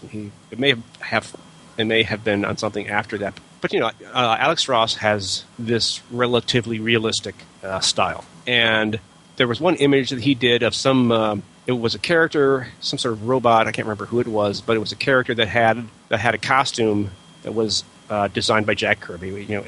Probably some Fantastic Four villain. And Alex Ross stayed true to that design, but rendered it in his style, and it completely worked because of the strength of Jack Kirby's design. It still worked even though it was rendered realistically. And I think that people who are making comic book movies need to keep that in mind, and hopefully will keep that in mind. When you were talking about the Thor movie, I think I'm excited for that movie, not just because I like Thor, but because I think the Wonder Woman movie has been one that I think studios have been gun-shy. They start to get development going, but then they're afraid that, for various reasons, that it's just not going to work. And I think so much of what works with Thor, and this isn't saying there's anything cookie-cutter about the two, I think they're two very unique and different characters, yet they do share things in common than their rich roots and their rich contact with the gods. And I think it's something that makes both very cool characters. And their warrior outlook and their warrior approach. And I think that they're two characters that I think will translate. Thor obviously is going to the big screen, and I'm hoping the success of Thor makes Warner kind of say, hey, wait a minute, Wonder Woman has a lot of these qualities about her, yet is not going to come off as Thor light. It's going to come off as her own unique, just as cool character. And I do think Thor is one of those that could be a door opener for perhaps a Wonder Woman film. I would love, there's a lot of comic book movies I want to see, but really, if somebody would figure out how to make just an awesome Wonder Woman movie that would just blow the doors, off of the movie theaters, I think would just be a huge leap in terms of what people are prepared to go and see in general in movie theaters, but specifically in terms of superheroes. Somebody has to make a straightforward superhero movie that stars a woman. It has to happen. Really, I think it ought to happen, and Wonder Woman is the only real best bet. And I just want to see it happen. I can't imagine if Thor does do well that they can't look at that and say, wait a minute, this type of storytelling. And again, I do want to stress that I don't think Thor and Wonder Woman are, cookie cutter or anything that's equal about them, but they do have a number of elements in common that I think if you're going to make a tried and true good Thor movie, you can't look at that and say to yourself, why aren't we making a Wonder Woman flick? Because if that movie does gangbusters, which it's got to, if that movie does gangbusters, I don't know how you can't look at that and say we have to do Wonder Woman. We have to. That to me is kind of a no-brainer at that point. And you were talking, Art, about special effects, and I think I'm excited for the Green Lantern movie. Oh, gosh. Because of just that. That's going to be wild. Yeah. Because, Oa and the vast locations in the Green Lantern world, and even just seeing Hell on Earth and what he's going to do there, and battles using the ring. I think, that's what's great about getting excited about these superhero movies. I'm excited for Iron Man 2. I'm excited for Losers. I'm excited. It seems like everything that's coming out comic book-wise, I'm like, I'm not afraid of a dud anymore. It's going to happen. You're going to get one here or there that's going to be kind of a stinker. But I think now they've started to realize that if you stay true to the source material and really have a vision that matches that, you're going to have movies that are put out that are going to appeal to not only a majority of the fans, but the mass market audience. Because these properties have been around for so long because of their mass market appeal. And I think that's really the catch to it is you got to do the stories right, do them true to what brought them to the table to begin with. And you're going to remember that these books, the sales numbers that they used to generate when there was, newsstand comics and there wasn't as much competition with that, there's a reason why they generated those numbers. It was, they had competition back then. There was other medium. There were books and magazines and things like that they were competing with, and other comics, from other companies and things like that they were competing with. But the difference now is, now that you're going to the big screen, you can actually go to what really was at the core of what made those properties cool, and you can generate numbers that comics have never been able to generate and hit people in a way that you never could previously. Yeah. I think you're really hitting the nail on the head. I think that's completely accurate. And that's where I'm hoping with this digital age and all that, then it does trickle down back to the properties you guys are working on. I'm never looking for something to replace the paper comic. It's not that. And I think we all get too caught up in everything replacing everything else. Who cares about replacing? It's getting comics into people's hands who maybe aren't reading them now in a new way. If they aren't attracted to the paper product, what will they be attracted to? And how can we get this work to a new audience that's not us? I'm excited for the digital age, not so much for me. Sure, I'll love to, on an iPad or iPhone or on my computer screen or whatever, look for new comic experiences. That's cool to me. I like that. But I'm always going to be the one that's drawn in by the paper product.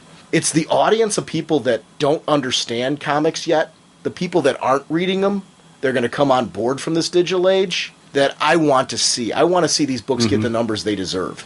It'll be really interesting to see what the dynamic is like in 5 years or 10 years. It's going to be different, I think. Now, back to our website blowing up. almost blowing up things with the shield. We got that countdown timer. And this is something that I talked about immersion. And this is another great example of immersion for me. And what I love that's so cool about the style of the shield, we see him kind of clutching onto the side of the screen, and it shows that this suit is a part of him. He's able to tap into it and make a connection. I loved this visual of his head, where we see the circuitry and what's going on in his connection with the shield. He's concentrating, making a connection with the suit, and we get to, through the visuals, see what that's like, experience what that's like as readers. It's something that I found so engaging about this book as I've been reading it. And it was something, Art, you talked about how I talked about this a few episodes ago. This is exactly the type of thing that I was talking about that I thought was so cool. I'm like, where else are you getting this, where you get to experience this with this character in this capacity? And I love that. I mean, ooh. Yeah, I like this page a lot. I mean, it's graphically, it's just really neat. It's almost completely a design page. There's not much movement. Everything's essentially stationary, and yet there's this nice flow to it in terms of how it's laid out. And I tried to create some three-dimensionality in the part that looks like it's inside his head. I don't get a lot of opportunity to do that, but anytime you can add like a sense of three-dimensionality in comics, I try to do that. It is funny, this page, just in case you were wondering, I had the Tron theme going through my head with it. Whenever a lot of times when he does it, it's just like da da da da da da da, and I just see him interfacing with it. It's just something that just pops in there. I totally see that. I did not get that experience when I was reading it, but now that you say it, I'm like, okay, I kind of get that vibe too. I totally didn't get it when I was reading it, but now I'm like, I can see how you got that. Yes, very cool. Now, the one thing I really liked was just the sharp contrast. We go from this Tron sequence to this flashback sequence where we're seeing when he got injured. Wait, can we, before we go to that, I just want to say one more thing about this. It's a great example when we talk to the dialogue that goes along with this. Okay, close your eyes. Concentrate, Joe. Let the suit work its magic. Concentrate. I like those moments because he's like, okay, that was close. That was way too close. That's all internal. On the outside, here's what he says to the guy. Should I be worried, Lieutenant? Negative. No problem. Carry on. There's something very human about that, and it gives a sense of responsibility to this guy. I feel that was so accurate to what would actually happen in that situation. He needs to show confidence because right here in this role that he's in, he's kind of like in a leadership role. He's in a role where he's got to keep he's been a grunt. He's been in their position before, and he's got to keep their confidence high because he knows how tentative that is. And he says the wrong thing right here. Like, if he actually said that out loud, what would that do to that guy watching him at that moment? What could that shaken confidence do to him in the battlefield at some point? So I love the moment where he chose to say that, because he actually did take care of it, and he's right. Yeah. But I love that he didn't vocalize that, because to me that would be something that a seasoned soldier like he was wouldn't do, because he knows it from that guy's side of it. And I appreciated that, because it was like he was protecting him, while at the same time the show of vulnerability to us as the reader makes him accessible. And that was something that I thought worked on so many levels. I was cool that I was drawn in visually to feeling like it was like to be a part of the Shield. Then through the dialogue, we get to know the guy. And then through another twist in the dialogue, we get to see something about his strength of character. Just three great things that come from three different directions of this book that I thought was very cool. I'm sorry, I know you wanted to go off, and I agree with you on the next sequence is very cool. But it was also just, I liked how there was that contrast, and I agree, everything you're saying about that inner dialogue, that was a sweet thing, and it actually even kind of added to everything, because we have this clean, crisp, cyber type artwork. Then we go to this just primal where he is completely messed up. You had that cool blood on the outline, the blood red, but it wasn't even just a solid red. You had little extra tones and twitches to it, so it's kind of like the red blood cells in there, and it seemed more realistic. So I thought that was just a sweet contrast, especially the fact that you look at him on there. If you have the comic open, they're on two sides of the same page. So when it's opened up, you got the one right next to the other. It's just, I liked just how that flowed through. Yeah, anytime I can do something interesting with the gutters, I do it. Just because it's kind of this empty space which I feel like I should use to help in the mood or the storytelling. So I really liked the balance of the gore in this particular segment, because I think it's very hard to know. You want to show how serious this moment is, because this is a soldier who was wounded on the battlefield. So you don't want to make it seem like he was barely injured, because he had to be injured so bad that it would make sense that they would give him this shield tech to make him survive and use this technology to do it. Yet you don't want to go. I'm assuming there's a line that's too far. Mm-hmm. For me as a reader, it's not. I mean, I can't go with it. But I love that it felt very dire. It looked very dire in the colors with the sheer amount of blood and things like that, and in the line work and how everything was done. It's an interesting balance. How do you, as a colorist, make decisions on these type of sequences? Because to me, I really liked the balance, because I really felt like, and it's hard to explain, I guess. Balance is a good word for it. It was like the right amount of gore to give me the tone and feel for the situation, yet I didn't feel it was over the top. And how do you did you have to do anything to achieve that balance for yourself? Well, a lot of it depends on how it's drawn. In this case, Marco and Mick, drew it. They didn't make the splatters and the drops of blood that's kind of being flung around. They didn't make it black. They drew outlines, and so to me that says, well, make it red. Okay. Sometimes an artist will make it black, which is fine, but I think it was a good choice in this sequence, because at this point, we've all seen movies where, like a soldier gets grievously injured. And, if you watch a movie like Saving Private Ryan, we've all seen this kind of stuff. And so the level of what's graphic and what's not graphic changes, over time. And once I looked at this and saw that the blood had been drawn, as outlines, and so I knew that I was just going to make it red. There's a lot of it drawn, flying around, and it's obviously supposed to be red. So at that point, it becomes pretty obvious to me that they wanted graphic. They want lots of red and some highlights on the blood to make it look like it's glistening and it's fresh blood. And I guess that's... does that answer your question? Yeah, I don't know. Yeah, no, it absolutely it totally does. I think it's important in this sequence, too, because we needed to see how critical his situation was. Because I think we can all agree that unless they had done the experimental tech on him, Higgins would be dead. Yeah. And I think they chose to save his life, which leads to, I think in that pivotal moment, they chose to save his life and use that tech, which leads to some resentment from others later, and leads to his own sense of, am I worthy of this? Am I worthy to still be here? Am I worthy for this experiment? Because it does lead into this very cool sequence where we start to see him train with the tech. And I love that it isn't just, we put on the suit and I know how to use it. It was tech that over time he has to connect with, he has to learn how to use, lose its capabilities. In the previous issues of this series, we've got to see him, like you mentioned earlier, Art, experiment with the tech and see what else it can do. But now we're seeing really going back to the core roots of where it began. And I'm glad they waited till now to do this. This was something storytelling-wise that makes sense now for us to say, okay, now that you've gotten a flavor for where he's at now, let's see how he got there.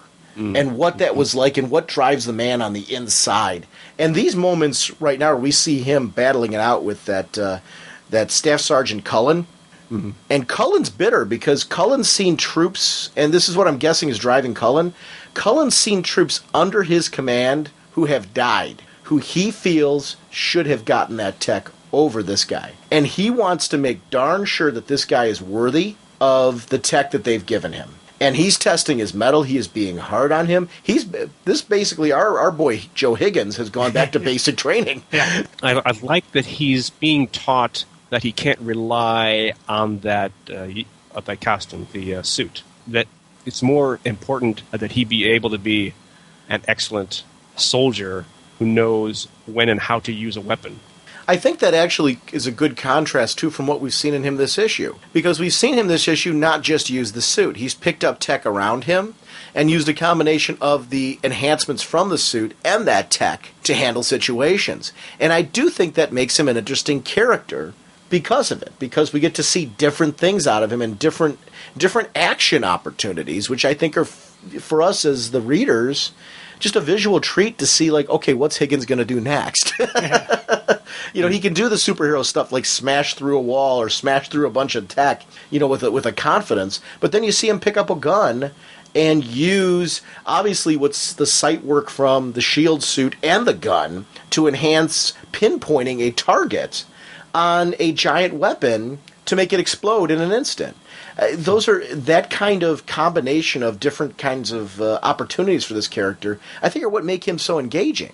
Yeah, the most dangerous weapon is, you know, the human mind. So it is the man who wields the weapon that is the dangerous factor of it.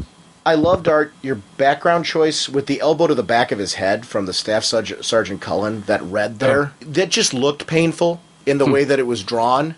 And you see that elbow, and talk about accentuating. You know, that's something where I've had, like, a whiplash kind of thing happen to me before. I've exercised before and turned my neck the wrong way. It's real easy to have, you know, pretty nasty neck pains. From that elbow shot, though, Higgins is going to be feeling that for quite a while. He isn't, and he's not going to be able to, you know, trying to go to sleep with a neck injury like that. And that red, when it shot there, just gave this sensation of just how hard Cullen was hitting him, and really hitting him in a very vulnerable location to really kind of show him to expect attacks from everywhere.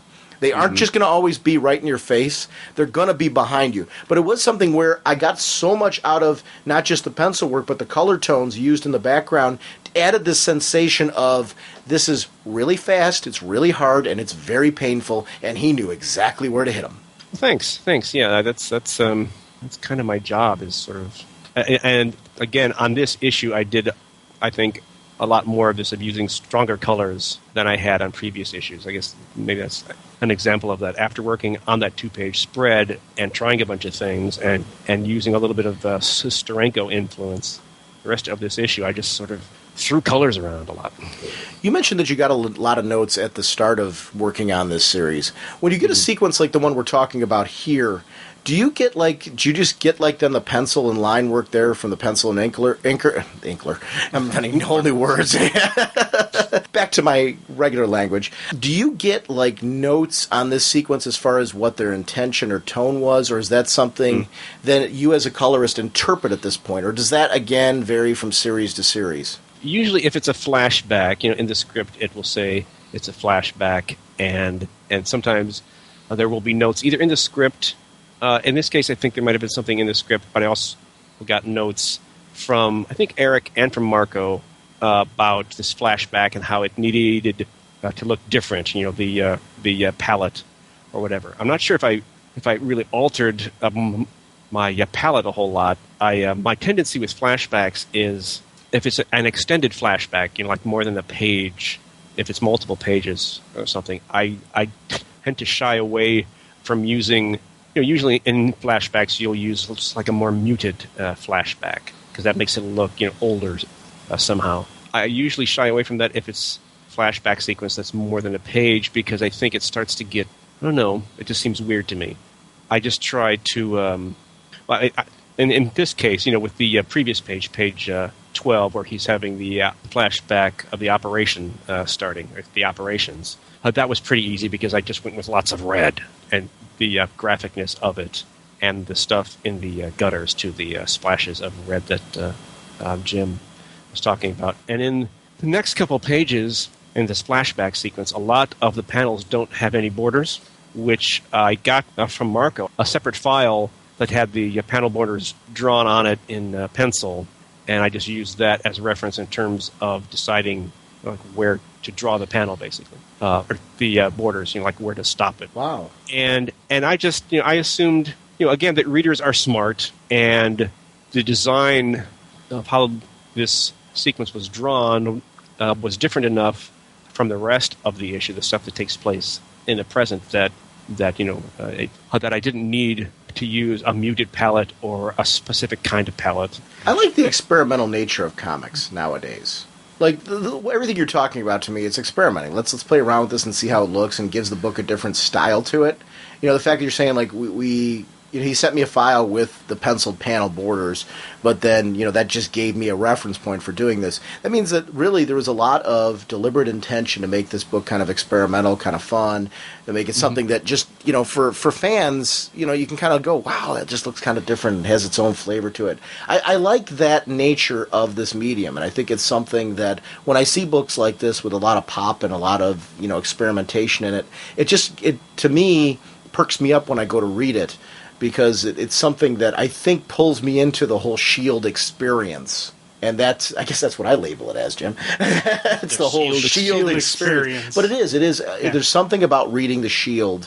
that I don't get elsewhere. And I like that. I like that a book has there's a lot of comics that I'm reading that has an experience to it, that has a visual flavor to it and a pop to it. And that's what I like about S.H.I.E.L.D. It's got its own kind of vibe going on. Talking about just the sequencing, when he's getting beat up, we have the heavy reds, the heavy oranges, but then at the end there, it goes back to the nice calm blue sky, and everything's kind of calm, and even when it goes on to the next page, it's still calmer colors, because it's not the fighting, that's not the he's not in pain right now.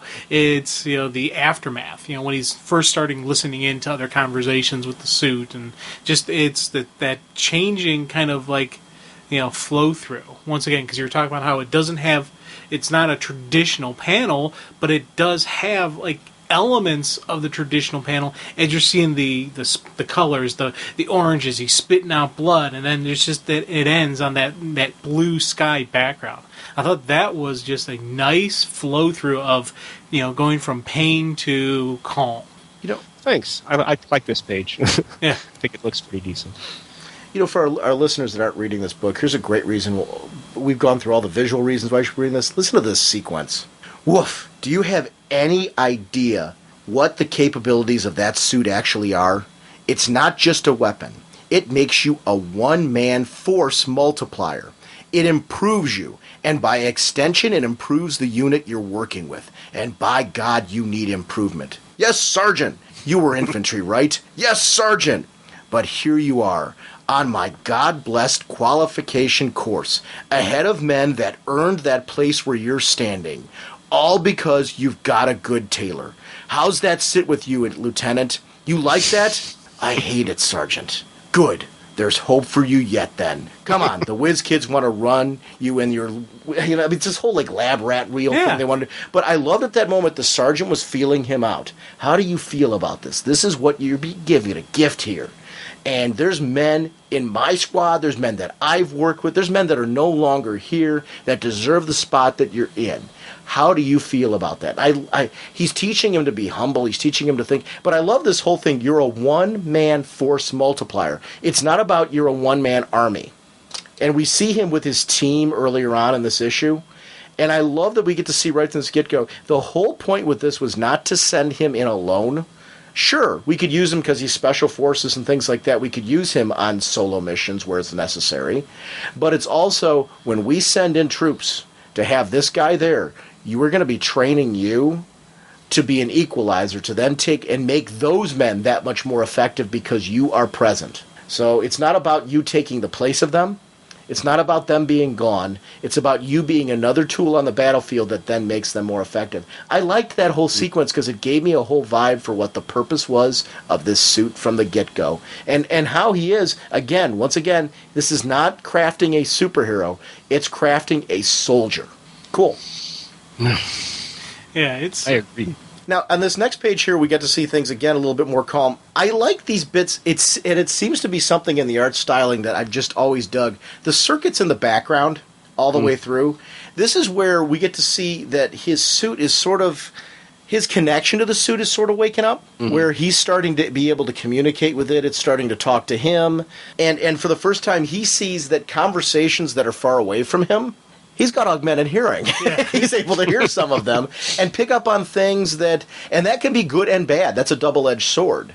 because are you going to hear things that maybe you shouldn't hear? People are trying to feel you out. They're going to be vocalizing where they're currently, their head's at with you. That might very well change, but that is going to change his perception of the people around him, because he's going to start hearing private conversations. And I like that. That kind of stuff, when I see that, I'm like, okay, now this is getting really interesting, because you can't turn that kind of thing off. You can, where he can make a decision to say, I'm going to concentrate, I'm not going to listen in on this. But then there's that part of you that you would be nuts not to listen in. Yeah. So well, it's the Clark Kent problem. Yes. Yeah. Yes, so much so. And I love it here. I love his sense of shock and seeing his eye and what was done to it there. We just, it's a cool visual where this page reveals a lot about how his superior officers feel about him. It really is, a lot of the discussion isn't about him at all. It's about the tech. He's just That's interesting, yeah. It's like he's just another gun. And they're just experimenting it, seeing whether this weapon's going to work properly, or do we got to go back to the design board, or whatnot. And that was something I thought was kind of interesting, that he got to see that perspective. He's not a soldier, but he's not like, they don't think of him like they would think of any other everyday person. He is he's another tank. He's another Humvee. It's just, what can this thing do? And I thought that was kind of a curious thing, where he's seeing that, he's hearing it, he's kind of getting a groove of it. Because one of the things that would worry me, I would love to be this guy, to have this type of tech. But the one thing I would worry about with the government is, when they're done with the field test, what happens? Do they keep me on, or do they say, let's dissect them and see where we can improve it? Yeah, that would be an interesting thing to explore with this character, is sort of the repercussions and the implications of this thing. And what if they tried to take the suit away from him? It's the whole, reminds me of stories they had in like the 80s with Captain America, where he stopped being Captain America and some other people tried and they weren't really good at it, and so he had to come back. And there's a lot you can do with a character like this, because his identity is not owned by him. It's not like he can do whatever he wants. He's a soldier, and he has to take orders and work within that structure. It's not the clothes that make the man, it's the man that makes the clothes. But a lot of times the higher ups don't always see it that way. Yeah. Right. And that leads to, and that's very true in modern day, in real, I think that appeals to anybody who's worked at any job, anybody who's ever had a boss that feels like they're not noticed for who they are and what they bring to the table. They're just in a position. And I think we've all at some point in time in our life been in that place, and that's where it's cool to kind of see somebody else. It's where the character becomes relatable. Now, what's interesting, I love when Case, when he's listening in on that conversation, Case and our Sergeant Cullen are having a very serious conversation about him. But when Case turns over, he isn't aware that he's been listened to, and he's got that big smile on his face, like, it's no big deal, everything's just fine, every day, happy. It adds this element of, we're keeping some things from you that we think you're not ready for yet. Oh, yeah. And who knows if we'll ever feel you are ready for it. But that added, again, that reality that we were talking about. And that was another where the visual kind of comes in that moment. A very calm looking page with a lot of stuff going on in the background that wasn't so nice or calm. And I like that, because the mood and tone of the visuals, when you look at it, seem like everything's status quo. And the contrast of that off the dialogue of what he's hearing it's great, because he's eavesdropping. So in any other circumstance, if you saw what he saw, you wouldn't think anything of it. So I think you guys on the art team really handled that so well, because the dialogue was more powerful because it contrasted the art. Yeah, there's this rule in, or at least a rule that I understand it in comics, that you don't want to relay any information with the visuals that is relayed with the text.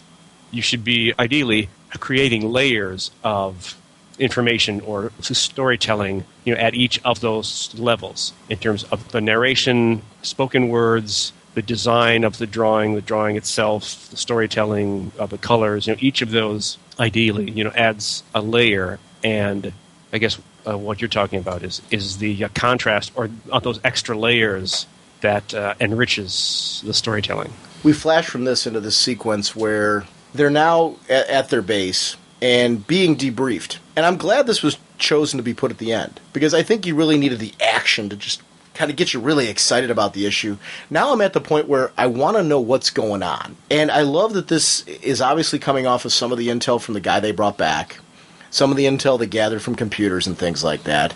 They are tracking down Hive bases for the purpose now of finding out, where's this tech coming from? What are they going to do with it? Jim, you want to say something? Well, I just want to really say outstanding on one thing, and that was on the uniforms. The current uniform isn't what you traditionally see, in like the old movies or what it was a couple years ago. It's now a digital type style with the two-tone green, and just when I opened that up and I saw that sequence, I'm like, yes!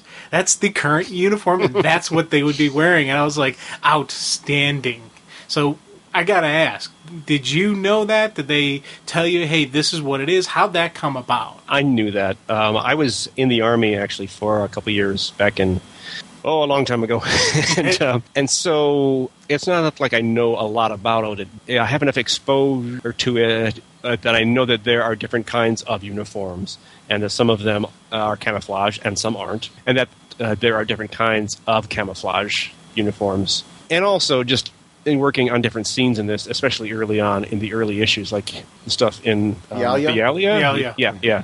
I did some research, and I guess Bialia is sort of in what in our world is Syria, I think. It's near Iraq or something. Anyway, I can't remember right now, but I looked at online and I found pictures of troops in Iraq and what they're wearing there, and the colors of their gear and their uniforms, and by extension, looking at other kinds of uniforms. And this is, one of the great things about the internet is there are websites out there that have every Army uniform in existence, and you can look it up.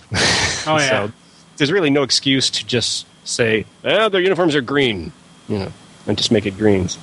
Yeah. So dude, spot on, man. That was outstanding. Well, thanks. Yeah. Well, and also, this is a comic book which maybe somebody who's actually in the military might be more inclined to read because it's maybe a little more relatable, and you want to get those details right, because readers that do know the difference, whether they're in the military or not, are going to appreciate it, and that helps to sell it to them. I love the bit where his costume, because he could have kept on the shield suit, but I love where the costume then he changed it into traditional military gear. And we get to see that change going on, but it makes sense that, because he could sit there, hey, I'm the shield, dudes. Right. Which, there would be a temptation to do that, but I liked that he didn't. I thought it was a very cool visual effect. Well, and also, it kind of shows, too, that he sees himself as a soldier and that he doesn't want the other guys on his team to treat him differently if they can help it. Obviously, there are times when he has to be in the costume, but as much as possible, it seems like he tries to be a guy. Art, for the panel shot, there was obviously the temple from the issue with the Jaguar.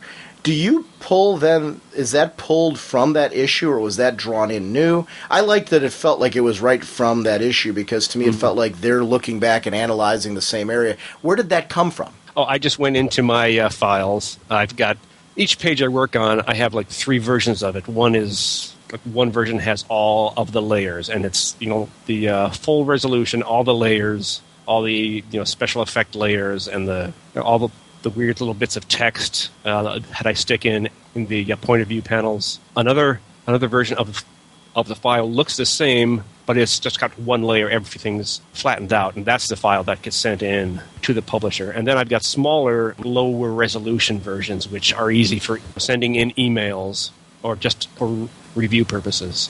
And so in this case, I just went back into my files, and I either used the low resolution or the high resolution flat version, grabbed it and stuck it in there. In the script, it calls for also including in that image some images of the robots and what's his name, Gestapo. And the Great 10, you can see Augusta General in iron back there, I think, and what's her name, the woman. Which reminds me, I really enjoyed working on the Great 10 in that issue, whatever it was, number 4 or 5. I have become so into them. Yeah. I love Great 10. I think it's great that they have a series. I've been buying it if only because I want to support that kind of thing. And I'm glad to see them here because it would make sense that they would eventually have an interaction with S.H.I.E.L.D. Because we've seen them interact with heroes before, traditional heroes, but considering their M.O.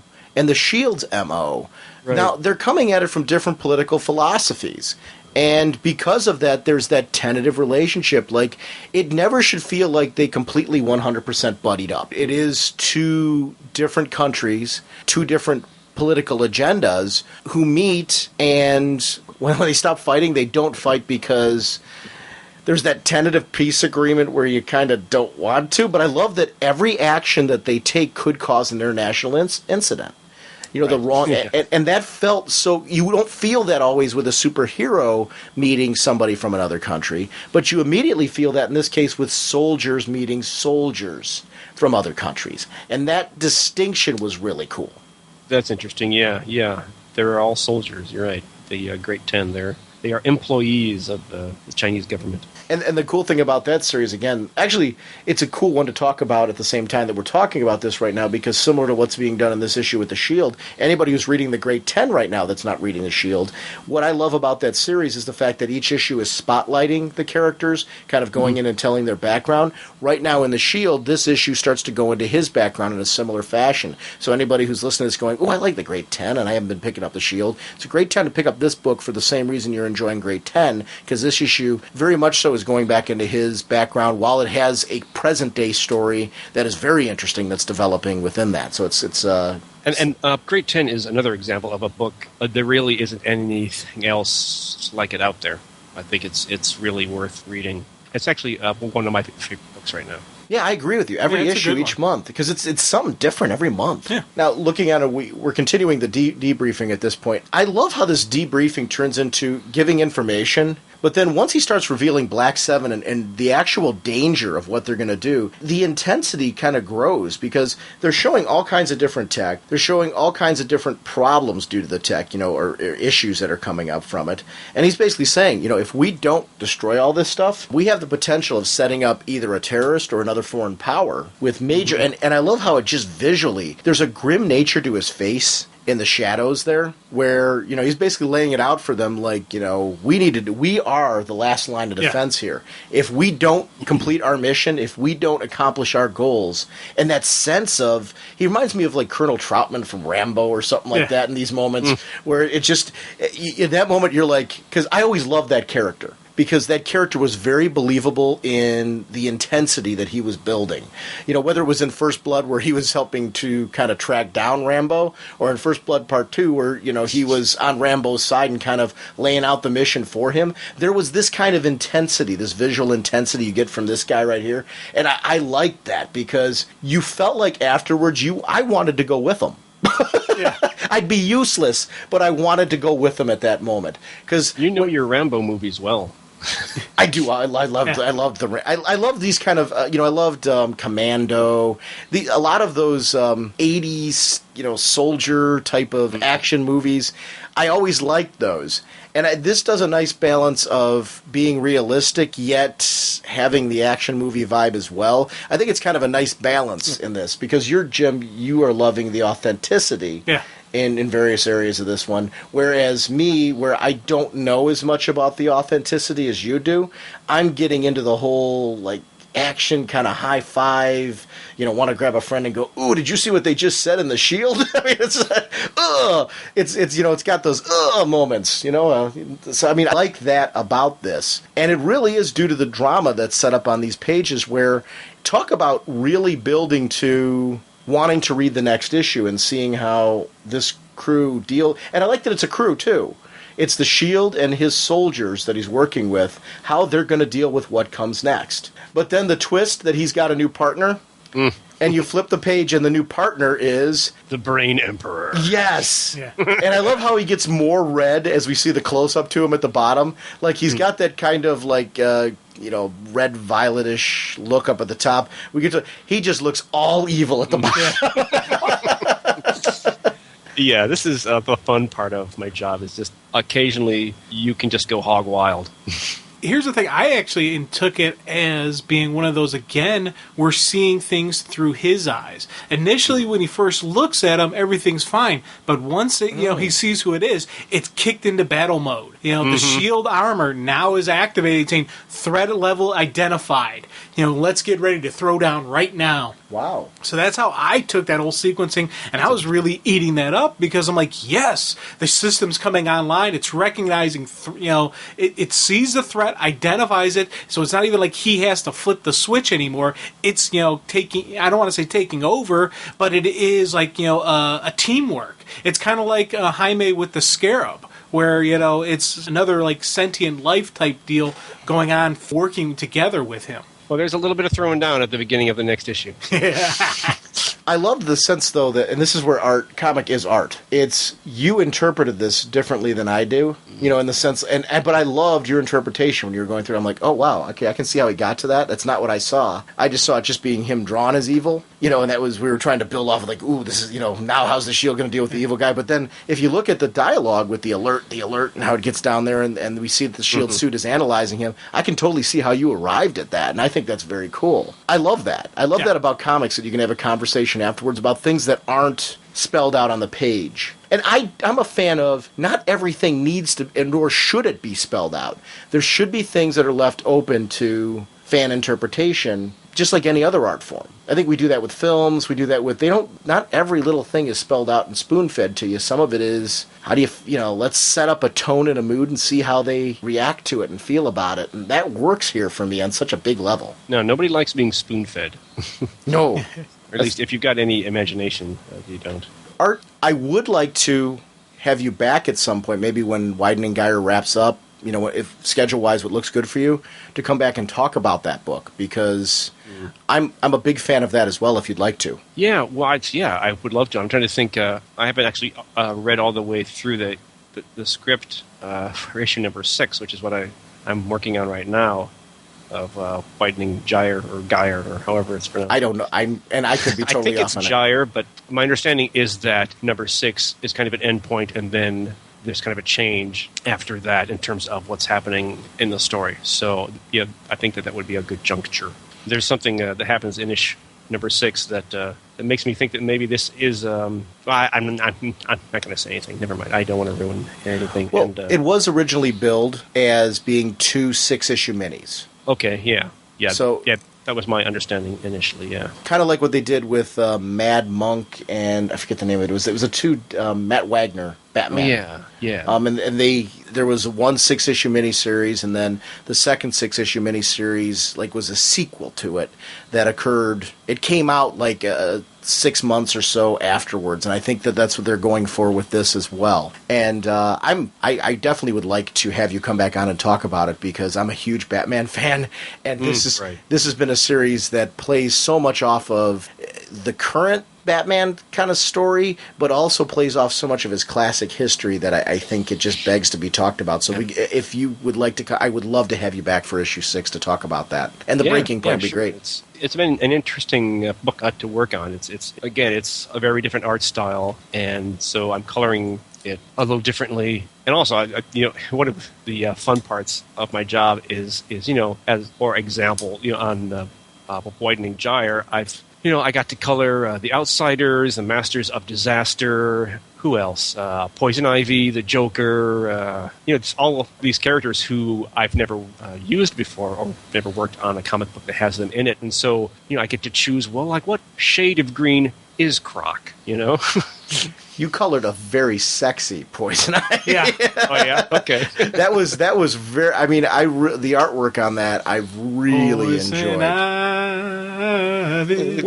Poison Ivy. Me and Jim. I have to watch what I say. Come on. You left the opening. You just tossed me that soft really didn't. Oh, yeah. You should know by now. I know I should. I really you have to avoid should. any sentence that can be a song. But see, the problem is it was a Batman character that I happen to really like. Yeah. I'm going to have to start calling Pamela from now on. Pamela. So from here on out, she's Pamela Isley, or the green, Pamela or the green. Isley, Pamela Isley. Where's that mute button? When you draw books like that, do you have like characters? I don't know. Coloring wise, do you have characters on there you're like, wow, I finally got to color this character, or how cool it is to color them? Because I mean, you kind of were touching on that now. Yeah. How does it feel to be working on like a Batman book of that? Because it really, there's who isn't in there out of Batman's gang? Yeah, there's a lot of I've been able to color a lot of people. I haven't really had much opportunity to color Superman. There was one panel in Brave and the Bold that had him in it. And he was in like a couple pages of an early issue of Widening Gyre, but it was like a flashback, and it was part of a pre-crisis Superman kind of. So I haven't done much with him. That would be interesting. I love the Avengers. I've never worked with any of the Avengers, but really, anytime any new character, any character I haven't colored before is always interesting because I get to decide, within a certain range of colors, what the colors are, and if like Killer Croc. He's got, what texture? Well, what kind of texture? That's fun. I don't know why. It's just interesting. Do they give you, like, color direction for characters, like the iconic characters like that? Because, I mean, Batman is a great example of a character where he has had slight tweaks and variations depending on who's working on him. And I quite like that because I think it's nice to see different moods or tones or shades used. Did you have any with him? No, there's no guides. I think that the editors just assume that if you're a professional that you know what you're doing, basically. And also, I think that they also understand that they have to allow for, artistic interpretation, which is actually also one of the things I enjoy about my job is that, for instance, on the JSA, when I was doing JSA versus Cobra, you've got a bunch of characters who have black, or usually in comic books, that's rendered as, like a dark blue. You've got lots of characters who have that dark blue in their costume. And I decided I don't think I used the same dark blue on any of those characters just because I wanted to differentiate. And usually it depended on what I thought that character was about. Like a Dr. Midnight is not going to have the same dark blue in his costume as Damage. Or so... I get to choose, like, what yellow is Batman's belt, what gray is his costume, what black, blue-black is his costume. I made, in one of the previous issues in Widening Gyre, Robin is in it, and I made the black in his costume, which, again, in comics is usually rendered as a dark blue. I made it slightly greenish, because Robin used to have green in his costume, and I wanted to incorporate that some. So I like doing that. I like, to play around and decide, like, what skin tone does Bruce Wayne have as opposed to what skin tone does, Alfred have. I've liked Kevin Smith's Batman. I liked the script work of it. I think it's an interesting miniseries.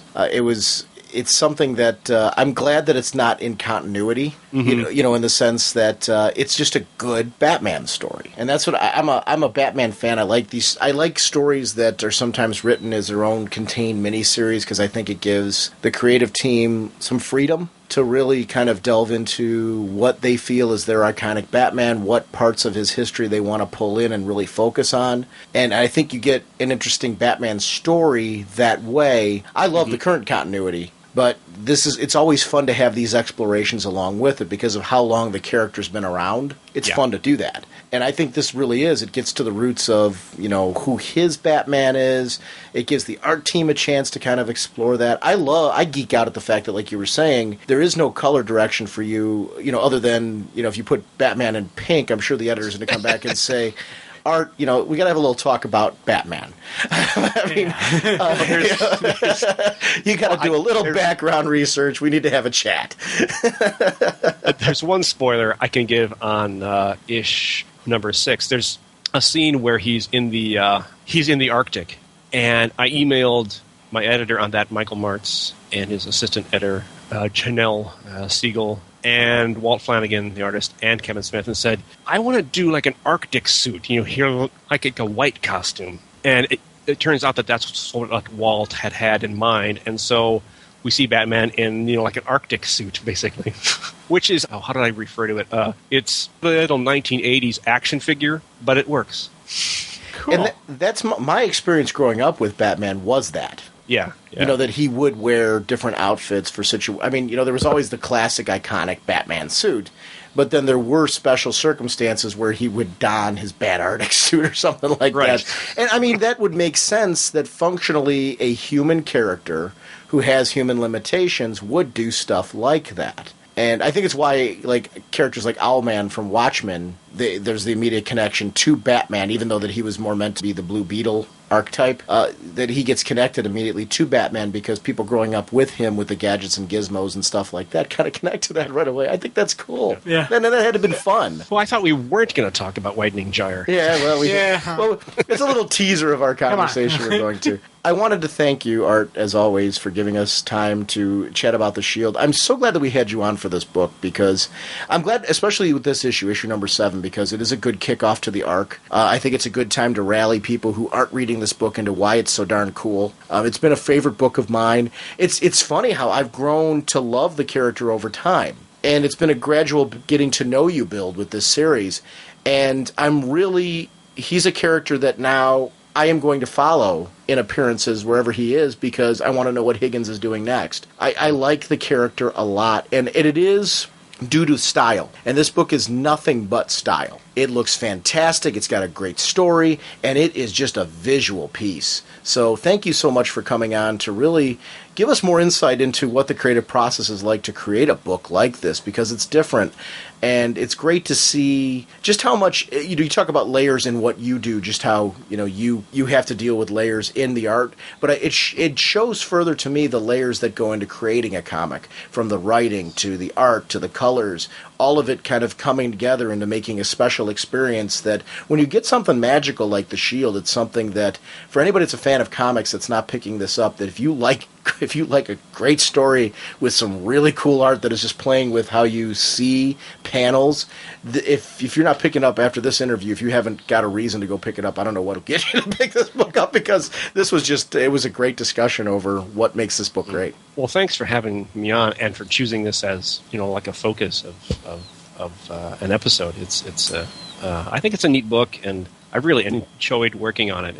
It's been a challenge. It takes a little more time to do these kind of special effects, the stuff on the screens and the holes I was talking about, all the weird colors of the panel borders and stuff. It takes a little more time, but I think it's worth it, and I actually enjoy doing it because I'm weird that way, but I'm kind of noodly. Yeah, I appreciate you guys deciding to focus on it and having me on. I hope people enjoy the show, and I hope they go pick up the Shield. Very cool. Look at those strange little beetles. They look... Great neutron! Jim, we have a quick email here from Frank. First, I wanted to say I listen to your shows quite a bit and enjoy them, although I do have a wife comment on this one. I saw this show 200 Up, and I wanted to make sure I saw the DVD before I listened to it. So, my wife and I sat down to watch the DVD, Crisis on Two Earths, which we liked quite a bit. I then went to listen to the podcast, which continued to the next morning, into the next afternoon, and my wife wants to know, why did the podcast that talked about the movie takes 3 times as long as the actual movie took to watch? And I had no easy answer to that. However, my question is that Sean and Jim were discussing some of the books that were set in the same universe as Crisis on Two Earths. Do you know the titles of the trades that would have these stories in them? Or do you know of some place I could look up the title of these trades? I enjoyed the DVD and would be interested in reading some more into the background. Thanks, Frank. Well, actually, first, let's talk about why did the podcast take us long. There actually is a good reason for that. Okay. Rather than just talk about the events that happen in the DVD, you always want to talk about the thoughts that spin out of the DVD. That's more interesting. Otherwise, it's just regurgitation. It's more fun to talk about how did we feel about those moments. So naturally, that's going to take longer than the actual DVD took because we're actually expanding on that. I will say this. We were all surprised at how long it took for us to talk about the DVD. But it was because that there were tangents that none of us expected that came out of it that were quite interesting. And that, to me, is the whole point. If you're going to podcast, if you're not going to talk beyond what people actually saw, then there's no point in doing it. It's not interesting. Yeah, I say it's because it reeked of awesomeness, and there was just so much there that we had to go beyond that. Well, and we did talk about also, speaking of what he's talking about here, the comic book work that led to it, and what our backgrounds were with these characters, and our understanding of how these characters actually do fit into comics now. The trade collections that are really interesting to pick up, the Crisis on Multiple Earths trade series, there's a whole bunch of those trades that DC put out. There's a team-ups one, and there's single-issue ones. There's about 5 or 6 of those at least put out, and then there's 2 team-up ones. I remember there were Crisis on Multiple Earths, the team-ups. Did you pick up any of those trades? I've got all of them. I think I've picked up a couple of them, and I picked up Earth 2 trade as well. That's the Grant Morrison one, which talks about that antimatter world. Right. So actually the Grant Morrison Earth 2 trade would be another one that would be well worth picking up if you're interested in exploring that, because that Crime Syndicate, there's 2 versions of them. Yeah, and I know I picked up the one Crime Syndicate one where they came over to our world, and the heroes went over there, and there was like a kind of a flip-flop type deal. You have one of those? Yeah, I think that was one of those Crisis on Multiple Earths trade. Yeah. So you have one of them at least. Yeah. I will say this: obviously the later numbers of the Crisis on Multiple Earths get into more modern comics. So if you pick up the first one and you're not a big Silver Age fan, the later ones get into more of the Bronze Age of comics. I liked them all. I thought they were very cool, and it's a great way to see the Justice League, Justice Society crossover stories and how that all came about. There's a new one that's going to be released quite soon that's going to contain the Perez work as well. Oh, cool. So I know that they just collected those in those hardcover volumes, the Justice League work of the DC Classics collection, the DC Comics Classics collection. But there's also going to be a trade paperback released, another volume of that Crisis on Multiple Worlds that's going to feature that work. It's great. I'm not knocking the Silver Age. I'm just saying for some people that's not their palate. Yeah, I have more modern stuff. I'm very almost positive I don't have Silver Age Multiple Earth Crises. Okay. Because did you go in order when you grabbed them, or did you just grab them? No. The first one I got was Earth 2, and then I saw another crossover. I was like, okay, this has that Crime Syndicate. Cool, let me grab that one. Okay. It's a lot of times what happens with me is when I'm ordering from in-stock trades, if I need just a little bit more to get the free shipping, I'll start looking around and I'll see something. Oh, let me grab that, and I'll probably like that. Oh, okay, so I do that. I buy like an extra trade here or there if it puts me right over the edge. And that just happened to be a random one that you picked up at the time. That's kind of cool. But those are trades I would definitely recommend picking up. I have a couple emails I want to share here. This first one's from Bobby Bryant. Some of my favorite DC stories of all time. Number 1, Watchmen, the best comic book ever. Number 2, The Killing Joke. Moore, Boland, Batman vs. the Joker, still impactful after all these years. Number 3, Crisis on Infinite Earths, the crisis of all crises. Flash, Supergirl, and Superboy fall. Wow. Number 4, Kingdom Come. Alex Ross's photographic art. The DC Universe as a dark and glorious place. Number 5, Justice League of America, 100 to 102. My favorite of the annual team-ups. Classic JLA and JSA team-up to locate the 7 Soldiers of Victory. Story ends with 2 apparent deaths, Wing, who never returns, and Red Tornado. Number 6, The Terror of Trigon, New Teen Titans, Volume 2, 1 through 5. Perez at his best on the Titans. Number 7, The Great Darkness Saga, Legion of Superheroes, number 290 to 294.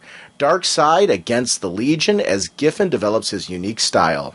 Number 8, Camelot 3000. Mike Barr and Brian Boland. Lots of fun with King Arthur versus aliens. And actually, I got to say that I got that one in hardcover now. I've never read that story, and I'm excited to read the hardcover of that, especially more so now that you've just shouted this out in your list, Bobby. Number 9, Swamp Thing's Love and Death. Swamp Thing goes to hell to save his love. Non-standard story and art created the Vertigo style, years before the line was even created. And he's right, that's something that's... I'm collecting those in hardcover as well. I've read the issues, but I'm collecting them now in hardcover, and they've got these wonderful hardcover volumes now of Alan Moore's work on Swamp Thing. Number 10, Detective Comics number 471 to 476, Steve Englehart and Marshall Rogers, another big Batman Joker story in a crisp, light style. Number 11, Dark Knight Returns, Frank Miller's Batman, Darkest of Dark Knights. Number 12, Identity Crisis, The Superhero Murder Mystery.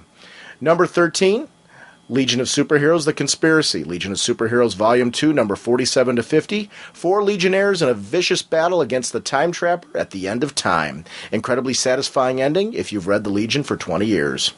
Number 14, Cosmic Odyssey, Darkseid and the JLA, Mignola's art before Hellboy, Jon Stewart's Error.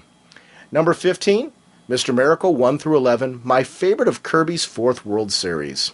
And for close, he's got down Titan's Judas Contract, Legion Eye for an Eye, Batman Long Halloween, JSA JLA Lightning Saga, Frank Miller's Ronin, 52, Detective Comics with Rook and Williams, The Bwahaha Justice League, Kurt Swan on Whatever Happened to the Man of Steel, a Lifetime Achievement Award, Neil Adams, Green Lantern and Green Arrow, Ween and Wrightson's Swamp Thing, Morrison's Justice League, White Martians, and Batman R.I.P. That was much harder than I expected. I'm sure I left out a lot of great stories.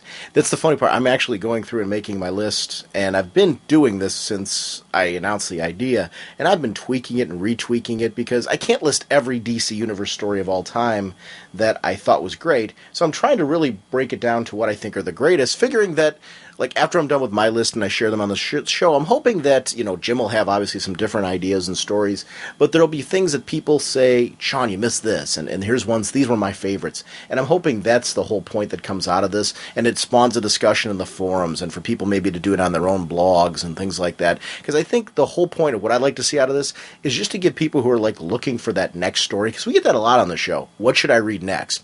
I'm new to the comics, or I haven't been reading for a long time, or, I'm a past comic reader who is coming back now. What should I read? And I'm hoping that that's what people get out of this, and it'll be a good celebration of that. And thank you very much, Bobby, for participating with that email. It's a great email I wanted to share from Martin Gray. Hi, Sean. Still collecting favorite DC Universe stories? I have so many, including 1980's Action Comics 507 to 508, The Miraculous Return of Jonathan Kent, and The Secret World of Jonathan Kent, with a tie-in to the New Adventures of Superboy number 5. Aliens grant Pa Kent's wish to see what kind of a man Clark will turn out to be. So soon, Jonathan is in future Metropolis, seeing Clark's world and meeting Lois Lane. Written by Cary Bates and drawn by Kurt Swan and Frank Chiamonte. It's Chiaramonte. It's a touching tale that had me sobbing and smiling at the same time. I won't go into any more detail, as anyone who hasn't read it might like to track it down. It's been reprinted in the Best of DC Digest number 10, and Superman from the 30s to the 80s. Suffice to say that back in the days, when we knew Jonathan and Martha died before Clark moved to Metropolis, seeing one of his parents interact with an adult Clark made for a unique, engrossing drama.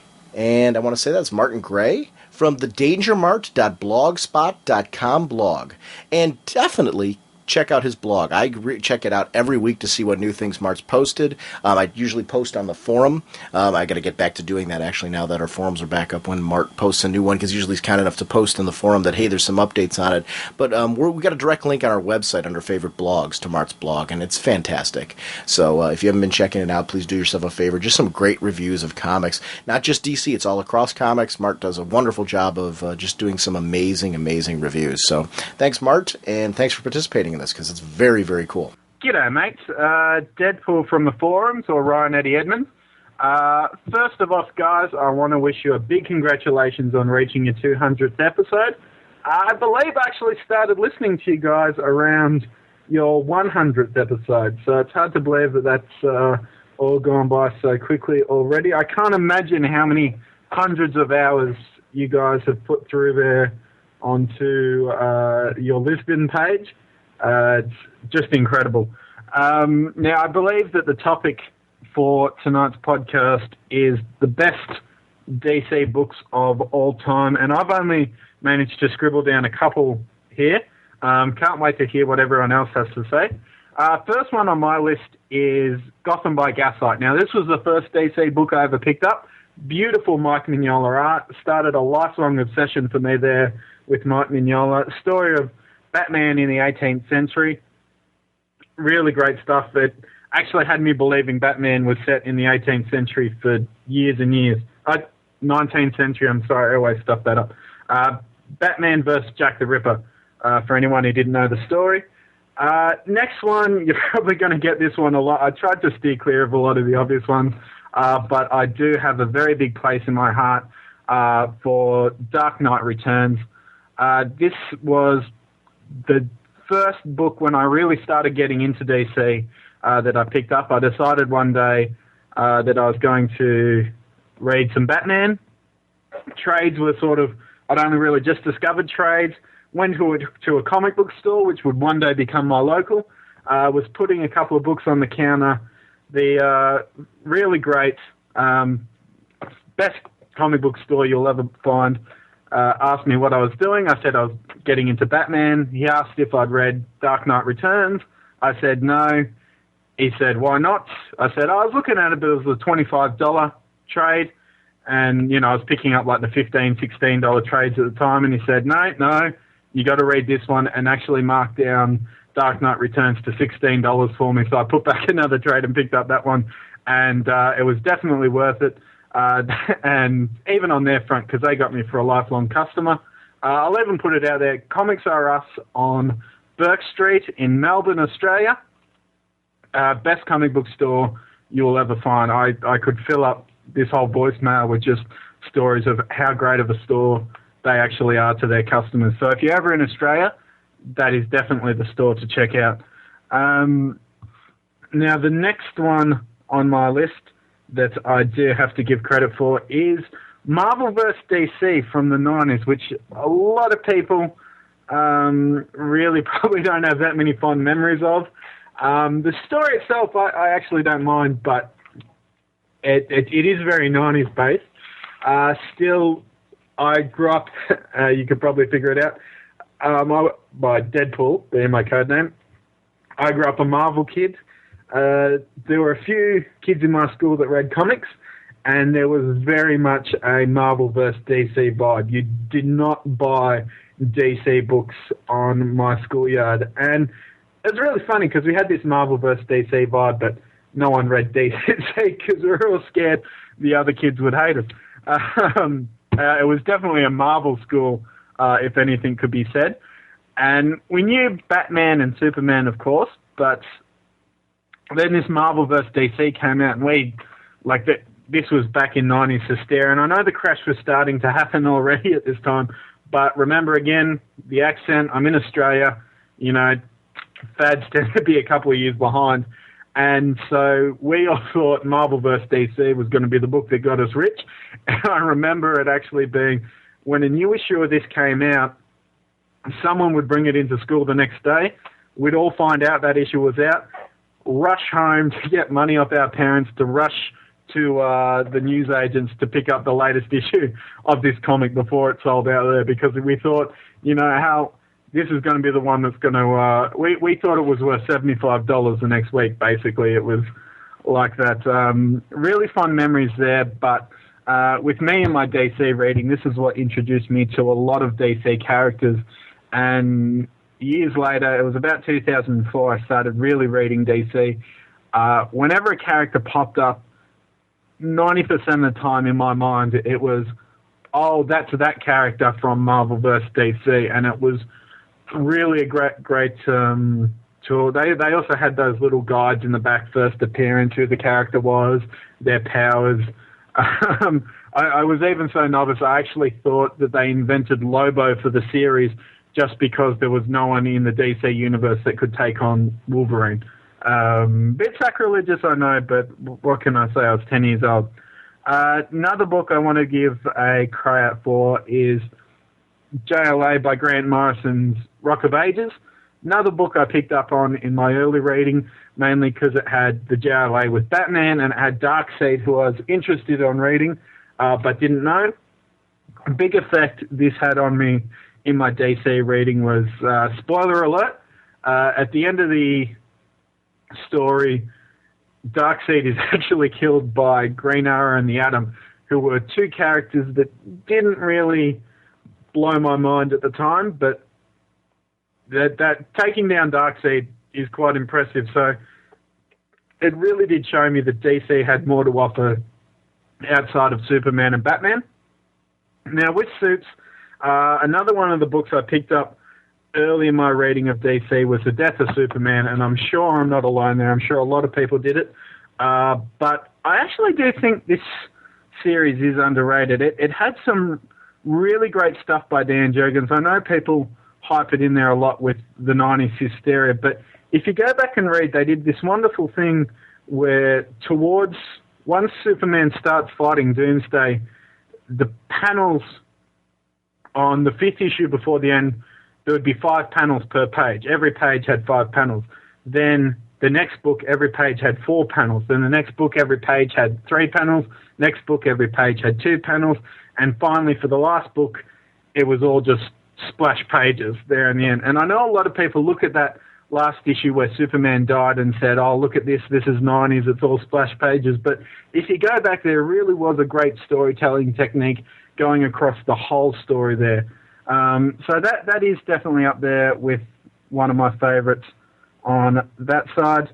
The other thing I did want to mention was Kevin Smith's Green Arrow. Going back to Green Arrow before, didn't care much of it until the Rock of Ages story, picked up this Kevin Smith Green Arrow, and this one sort of stands out to me. I was just brought this and started reading it the same day I found out that my mother was diagnosed with cancer. And that sort of whole story of dealing with resurrection and other lives, it was a big comfort, and it goes back to the whole point of what comics books are. And, you know, in some ways they're escapes. In other ways, they're ways to look at situations we are dealing at in more of a metaphoric tone. Like, if you have a really hard meeting at work, sometimes I know in my head I think of it, you know, almost like the Superman battle type thing before hyping it up, but that may be a little too much information there for you. The other big plus I wanted to give to DC here, which I don't hear a lot of people mention, but it's one of my favourite things about them, and the most favourite thing for me whenever the solicits come out each month, is DC Direct. They've actually done a wonderful job hitting out some action figures out there. My favourite being the Jonah Hex figure from the showcase they did a while ago, but hundreds of other great ones there as well. That's been going for a decade now, so big thumbs up to them there for that side of things.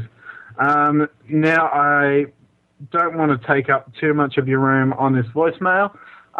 So, guys, once again, big congratulations on 200. I don't know how you do it, but I definitely do appreciate it every time you do.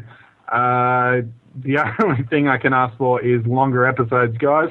I definitely, even with the length you put them out for, can't get enough of them. So here's to 2010. Enjoy. I so couldn't wait to air this, and I really want to thank you for taking the time to record that, because to me this is exactly the spirit of what I was looking for in these voicemails, and there's so many of them that, and please, for anybody that's listening out there, like, I called in, I'm going to be airing all this month, the voicemails, and please, if you were like planning to call in and you didn't, you still can. Call those in. I'm going to be airing voicemails all month long, and if, you know, we have episodes where we have a few longer ones, we'll have a few less. If we have episodes where we have shorter ones, it doesn't matter to me. This type of thing, this is the great kind of rant, because you gave us a lot of content here. I just want to give a quick shout out to Gotham by Gaslight as well. That was in, I want to say it was one of the first Elseworlds books that I read with the branding. And I remember just, you know, because a lot of them early on were very focused on Batman. And, you know, because he was the target character at the time. And a lot of that, I think, spun out of the success of things like Dark Knight Returns, which clearly took place in a very different universe. But Mike Mignola on that one. Hellboy, for anybody that's enjoyed the Hellboy movies or the Hellboy comic books, this is, you know, some of his earlier work over at DC. And, such a good-looking book, and it's it and its sequel are collected in trade paperback form, and do yourself a favor and pick that up if you haven't read it, because he's right, it's great. Dark Knight Returns, I don't know why we haven't done that one on the show yet, actually, because that's up there on my top 5 list of favorite Batman stories of all time for the dialogue, rich dialogue that was in that story, and just this feeling of there was something more to Bruce's being Batman than just being driven there was a passion about the city. There was a passion about putting on the suit. There was something to it that was more than just revenge for his parents. Don't get me wrong, I love the drive for revenge for his parents, but I like the fact that that city and Gotham, it feels like an extension of him, a part of him. Protecting it for so long would bring that vibe about, and I liked seeing him years later in that book. That's such a great story. Marvel versus DC, it's so great to see all those characters together and that crossover. I like the amalgam age where they kind of blended everybody together. It was fun. It was just a fun event. I think what I enjoyed the most about your comments, though, that I found even more interesting, was the passion on your playground at school, or the passion at school that you couldn't be, you couldn't be on the other side, because I love that people were so passionate into comics that was an issue there. I don't know what age. I shouldn't say the playground because you just said it was passion at school, but I just, this idea, because I remember that at school it was with TV shows more. If you didn't watch Dukes of Hazzard, I remember that was like a big thing in the Hulk. If you hadn't watched those and you went to school, it was like you didn't tell anybody you didn't catch them last week, because everyone would be like, what? What do you mean you didn't watch it? So those are kind of our biggies. But I love that the passion at your school was comics, enough so that if you weren't a Marvel person and you hadn't read those, because to me that's what comics should be about, that there's some sense of camaraderie to them and things like that. So I think that's great, and I love that aspect of the whole story there. And Kevin Smith's Green Arrow, that run when it kicked off again, it was so nice to have Ollie back, and to have, because I always liked Connor Hawke when he was Green Arrow, but it was great to, I'm into returns of characters. I've got to admit that. I'm into the new version of the character. I love when they do a good story with a good reason for a return, and to me, when there's a creator that has a passion for the return of the character, that's when it works. Not just a return of the character for no reason at all, when there's something planned to actually do with the character. So, that type of stuff, it had me really excited. But you're right, the deep story, I know, I've shared on the show before, my mom's right now going through breast cancer, and I gave her a couple of comics that kind of connected with me, and it always made me think of her. And I think there's things that comics do. It's more than just an escape. You're right. They do invoke emotion. They do sometimes help you deal with situations. And it was just, to me, it was something I've never done. And so I gave this to her just because she's been such a big part of the reason why I like comics. And, and she supported that throughout my childhood. So I'm with you, and I totally connected with your whole vibe about the Kevin Smith story and how it helped you. And I think that's very cool, and I think that is something, I always talk about how it's on a day-to-day basis, it's a nice escape for me. It kind of helps me clear my head and stuff. But then on a very personal level, I get those moments that you're talking about, and I think thank you for sharing that, because I think it's very cool. Also, the DC Direct, and this is the kind of thing I was hoping for as well. I was hoping that people would share things, and I hope people, when we do our episode, if you haven't been moved to send us in a voicemail beforehand to talk about your greatest DC Universe stories, maybe there's things that you think that Jim and I miss, because there's going to be things that you're going to have a passion about that you're like, guys, these are stories you should have talked about that should have been on there. We have emails to be discussing and voicemails, but the DC Direct's a great example of that. I agree with you. Those action figures are amazing. I actually have from those DC First Series a great Hawkman. It's the original Hawkman from the Golden Age with that the different styled hawk helmet, and that's absolutely a gorgeous, gorgeous piece. That one, I believe, actually was a gift from our friend of the show, Raph, from the Geeks Unite Network, if I remember correctly. And I apologize if I'm wrong on that one, but that was something that I believe he sent me ages ago. Very cool, though, and I love those action figures. And you're right, they kind of border between action figures and great display pieces. They can be, both.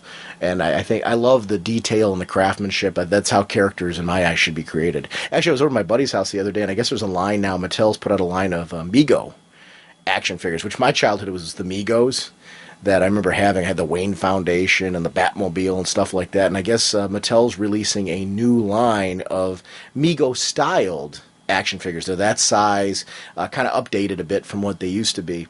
But it's kind of cool that they're releasing that type of line again as well. And it's great to see just the action figure thing coming out there. Because I think that, to me, is an avenue where you get kids interested in comics as well, when they have something to play with and they can read the books. And I think that's an interesting way, buy them an action figure, read them a comic. And it's a great way to get kids interested in reading and in playing and using their imagination. Comics are a great way to generate imagination in kids. And I know I'm going on a couple of tangents on this, but this is, to me, what, when we're talking about greatest stories of all time, this is some of what should be coming out of that. And I think this is just great. And to me, it's part of the theme of the show. So thanks for calling in with that, Ryan. Hey, Sean and Jim. It's Ian from Comic Timing. I think you know me by now. First off, congratulations on hitting 200 episodes. That is a major achievement. One that I myself probably won't hit for another 5 years. But you guys have been putting out solid work for forever now, it feels like. And I'm sure you got at least 200 more episodes in you. I said that back on 100. They had at least 100 more, and I was right about that. So I'm going to go out on a limb and say that you'll have at least 200 more episodes after this 200th episode. And I'm sure there'll be some A, B, C, D, and Qs in there, too, just to spice things up a little bit. I definitely cannot wait to see you guys at Super Show. And I'll even see you a little bit while after that for C2E2. And I'm sure that'll be a lot of fun, both of them. I guess the one question that I'll ask you guys for this episode would have to be, when you started doing this show, 200 episodes, what is the one thing that you promised yourself you would never do on the air that you wound up breaking while on the air? And, I don't know if you guys actually have one, but if you do, that would be a very, very fun question to answer for me. Meanwhile, your topic, the favorite DC stories of all time, is sort of a hard one for me because I would have to put in there, actually, a couple of Young Justice stories, specifically World Without Grown-Ups. I can remember really enjoying, and that was probably the one thing that really got me into DC Comics when I was first starting out, because I was a Young Justice fan, and that then ballooned into the rest of DC. So that was probably one of the few stories that really got me interested in DC, because I was a Marvel guy for a long time, and then, broadened my horizons a little bit. I'm not going to say Blackest Night yet, because Blackest Night's still happening. However, along the lines of Night, I guess, Final Night was a fantastic story. I didn't read it until long after it came out, but that was a great send-off for the Hal Jordan character. I mean, yeah, we all know where he is now. I mean, of course he's back, but every comic character that dies eventually comes back in one form or another. But that redeemed the character of Hal Jordan for a lot of people, myself included, because, yeah, he was Parallax, but he sacrificed himself to save the rest of the DCU and restarted the sun in the process. And there were even some really good Legion moments in it. A Bouncing Boy shows up in it. I mean, who would have expected that? So yeah, no. Overall, that was a fantastic story for me. Kingdom Come, you got to put in there because, well, it's Kingdom Come. Need I say more, really? If you want to go, the extended DCU, Watchmen's got to be on that list, of course. But if you're just looking for regular DC stories, then I'll exclude that. However, definitely Dark Knight Returns for Frank Miller and for Batman would be in there. A lot of Batman stories I've liked over the years. I would have to say probably R.I.P. is going to be up in that list too, because it made me think. And while it was going on, and while I might not have been entirely certain about everything that was going on, I kept reading it and I kept enjoying it. So I guess Grant Morrison does that for me. And the last thing that I'll mention, another Grant Morrison story that I'd love for you guys to cover at some point, or at least the trade of it, or if not, the miniseries.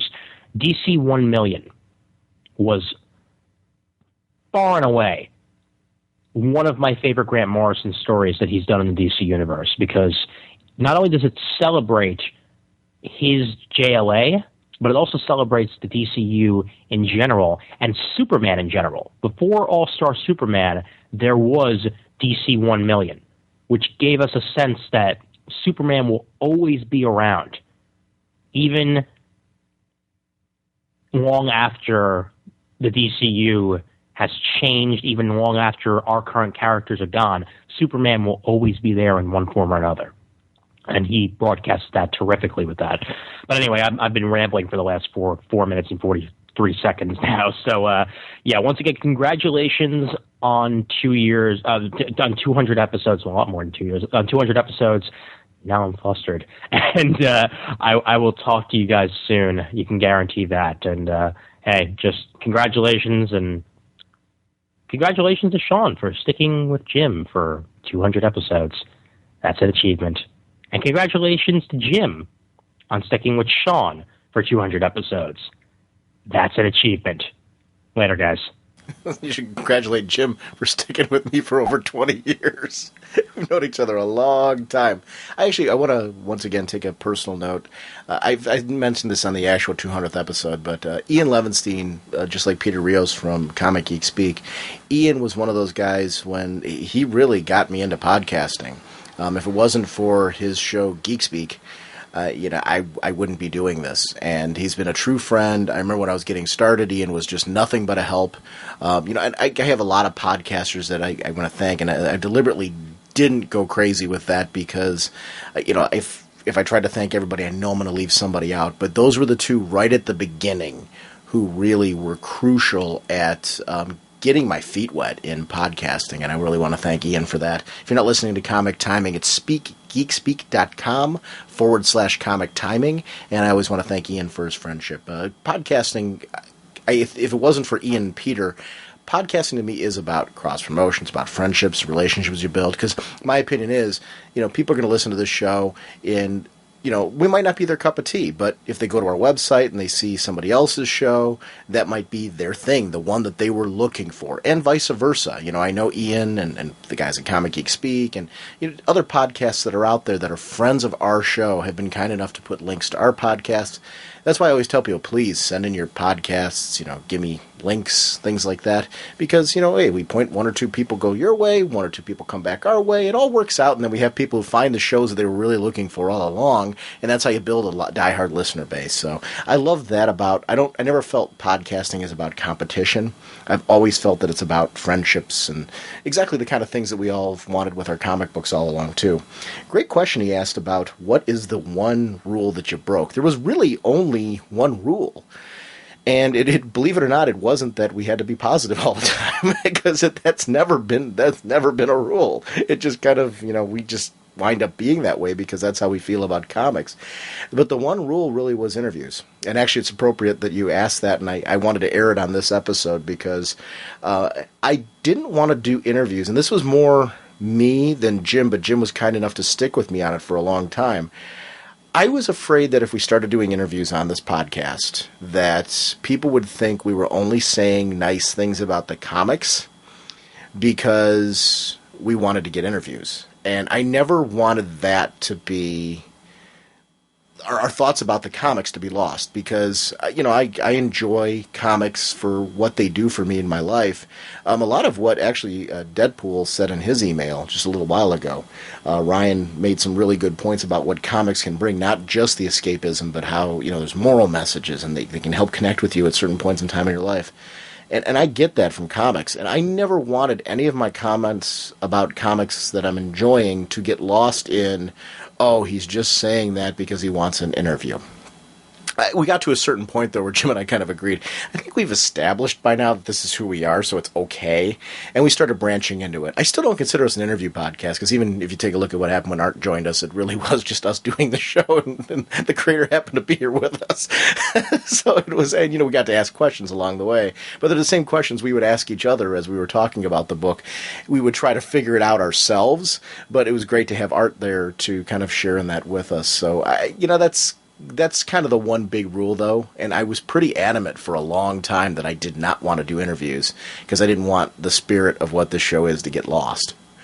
And now I think, I think we're well beyond that. I think it's great that we can have creators on and listeners on and things like that. Those were some things that I think it's expanded the show and made it more interesting to be able to break up the episodes and be able to have on a creator every so often who wants to come on and talk about their book, and we can have a good time celebrating the work that they do. And I think that's been a strength, but it was something for the longest time that I thought if we did it, it would be a mistake. And, hopefully this episode will show you why it's not. So, and I'm glad that we're able to do it now. Great choices with Young Justice. It's a series. I know Ian asks this at every convention that I'm at with him. He'll go to the DC panel. When are we going to get Young Justice in trade? And he's right. And I'm not mocking him in any way, shape, or form because I love Young Justice. I have the entire run, and I would love to be able to get it in trade, just because it's one of those series that it's a great Peter David series. If anybody that's a Marvel listener right now who's you read X Factor and things like that, if you listen to our show and you're fans of his work there, Young Justice was a great Peter David series. Do yourself a favor and check it out. Very cool, and it leads into the Teen Titans that we see now. Superboy and Robin, who's now Red Robin, and Kid Flash, who at the time was Impulse. It's a great series, so seek out, and I'm not doing it justice because there's Young Justice had a ton of the characters, like Cassie, her for early appearances were there. She came out from Wonder Woman into that series. They had Arrowette. It was a great cast of characters, and Red Tornado. So go and seek that series out if you haven't, and it's well worth seeking out those back issues. Great thing for back issue bins to go, diving and looking for Young Justice. Final Night was a great series. If you jumped on Hal Jordan with Rebirth, and you got into the whole Parallax thing as they started doing it, it's a great way to see. They really took the character who Parallax was a villain at the time, and we got to see the Hal Jordan side come forth in that series, and got to see real cool moments. And that's not just with Hal, but with the rest of the DC Universe. It was one of those big crossover events where it played into a lot of the individual books at the time in a way that was very cool. But beyond that, it was a great character-driven story for Hal Jordan as well as a lot of other characters. It was cool. It's a cool story. Pick it up. That one's in trade as well. And same thing with 1 Million. Cool Grant Morrison story where you got to see alternate versions, future versions of many of the top-tier DC Universe characters. And that was a really cool big event as well. So thanks, Ian. This is exactly what I was hoping for with this. And I've got a lot more of these to share over the next few episodes. And please feel free, if you were one of those who were saying, geez, I wish I had done this. Like I said previously, please consider adding your voice to this list of voices because, either through email or for voicemail or whatever, I want to get more listener involvement with this because I think this is what comics is all about. Let's shout these things out. Oh, no, you don't! Our next episode is going to be part 1 of our look at JLA Avengers. We're joined by listener and contest winner Kent Hare, who picked this wonderful book. So we've already got that recorded, so that's for sure a lock next episode. I'm in the middle of my report card week this week. I'm going back to work after spring break, and I have to finish up assessments and all that. I was hoping to have that out by Wednesday. I don't see that being possible. Just because I've got so much to do this week. So it's probably going to be towards the end of the week, Friday or Saturday at the very latest. I will definitely have it up by next weekend. So it'll be less than a week between these episodes. I know this one was delayed a little bit, and I promise I'll get the next one back a little bit sooner, especially since we've already got it recorded. We are recording on Sunday, so that poll that I mentioned earlier in the episode about Blackest Night is going to be coming down on Saturday with the final tally and results. I want to include those on the episode, so it's going to be great. We're going to be definitely talking about the conclusion of Blackest Night, favorite mini-series coming out of the whole thing, in depth on issue 8, obviously, and the implications of issue 8 and where it's going to lead for that Brightest Day, which will be coming out the following week after that episode release. So we want to kind of wrap that up and get all excited for Brightest Day number 0, which is coming out on the 14th. I'm really excited that that's going to be coming, especially with what happened at the end of Blackest Night. So cool episode we got planned for you guys on that one. I want to shout out our friend of the show, David Barron. It's myzombies.blogspot.com and twitter.com/myzombies. David was kind enough to give out our grand prize for the contest, and the winner of that was Richard. He had 106 votes. And then Keith was second with 66 votes. Keith will be getting from InStockTrades.com, and he just make sure to email me the trade of his choice from InStockTrades.com. That's on me. Eli, Bill, Ryan, Matt, Ian, Jared, and I put one down as mystery hero. I think it's Do What, Micah from the forums, and Micah, I apologize ahead of time. You didn't identify yourself in the call, and I think it was you. I was trying to make it out from the voice, and if it wasn't you, I apologize as well. But I was like, should I say something? I'm like, I've got to say something. All of you participated. I really enjoyed all your entries, and it was really only supposed to be the grand prize winner and first prize winner that we're going to do something for. But I had so much fun with this contest that, and we have like this prize bag here, that I figured, I'm going to send everybody a prize. I think that's really cool for participating on this one, because I think this contest in particular, David and I were talking about it, I think it took a lot of guts, and I think it was a lot of fun. And I thank all of you who entered more than once. So I want to make sure everybody gets something out of this as kind of a thank you for participating and getting into the spirit and the fun of this, because it's a great way to celebrate our 200th episode, to have all of you a part of it in such a fun contest. It made it something special. So that's very cool, and thank you very much for participating. So you're all going to get a prize. Please make sure to email me at ragingbullets@gmail.com if you haven't already, with your address information so I can mail you out your prize. Or in the cases of everybody who's from third through the final place, what I want to do is email you guys a list of the comics that we have so you can choose which ones you would like as your prize. So please contact me with that information so I can go ahead and start emailing that out to you guys. And thank you very much for participating again. It's very, very cool. David Barron has a new prize. You're going to win a sketch. It's on his blog. The sketch is gorgeous. If you're not participating and checking out his blog, please do so. Remember, that's myzombies.blogspot.com. Speaking of colorists, I want to thank our friend Art Lyon once again personally for coming on the show and sharing his wonderful work with us in the Shield #7. It was very cool. Also want to thank our sponsors for this episode, dcbservice.com and instocktrades.com. Remember, over at dcbservice.com, you can get a great discount on that Shield trade paperback. It collects issues 1 through 6 and the 2 one-shots, $14.99 regularly, 40% off, only $8.99. If you pick up issue #7 and really find that you like it, do yourself a favor and pick up the trade. It's a great way to pick up everything in your current in one nice package, and that's really a great-looking book. It's something that I was passionate about. I really want to thank Art for coming on, because I really wanted to get him on for this book, because it's something that I'm really passionate about, and it's always great that we have creator guests that are willing to come on and chat with us about a book that's so special like this one. So that's dcbservice.com. Over at instocktrades.com, one of the greatest DC Universe stories of all time in my eyes, and I'm going to be breaking mine down by character, and this one's on my list, so you're getting a little preview of what I'm going to be ranting and raving about. Batman the Cult. It's the 4-issue prestige format miniseries. Matter of fact, when we do the episode, I'm going to be talking very lightly about this, because we're doing a whole show about it. Batman the Cult. Prestige format, 4 issues. Batman versus Deacon Blackfire, a charismatic shaman with roots as old as Gotham City itself, has amassed the city's homeless into an army, one he seemingly uses to fight crime. But Blackfire has a hidden agenda, and this is just a very cool story. If you haven't done yourself a favor and read this one, $19.99 regularly, 208 pages, 47% off, only $10.59, Batman the Cult, on an upcoming episode of Raging Bullets. So, like I said, we're going to be doing this JLA Avengers one, getting caught up on some current books, and then we're going to be jumping into the greatest DC Universe stories of all time. We're going to be chatting some episodes from C2E2, and we'll then be getting to Batman the Cult. So we've got a few weeks before we're going to be getting to, actually about a month before we get to Batman the Cult. So keep that one in mind, and definitely if you haven't picked it up, do yourself a favor and purchase it. You'll see why it's so great. Thank you, InStockTrades.com and DCBService.com for supporting our show. And remind everyone about C2E2, April 16th to the 18th. We're going to be there in the podcast arena, duking it out. Please stop by and say hello. And if you got anything you want to chat about on the show, favorite comics you're reading right now, it could be a quick thing. You want to sit down and chat with us a little bit more extensive, we'd love to have you. To me, that's part of the fun of the cons, is getting to talk to you. If you go to panels, or if you're news, or if you run into creators, please feel free to come over and share those experiences. That's the kind of stuff I love, the interactivity of cons. And to me, it's more interesting as an episode for us to have you come over and kind of chat with us about the things that you're doing around the con and what you're finding that's interesting, news tidbits that are kind of exciting you and drawing your attention. That's the big thing. It's going to be a huge con. So please make sure to stop by there. The guest list is amazing. It's c2e2.com. If you're not going for sure yet, please do yourself a favor and take a look at why you should be.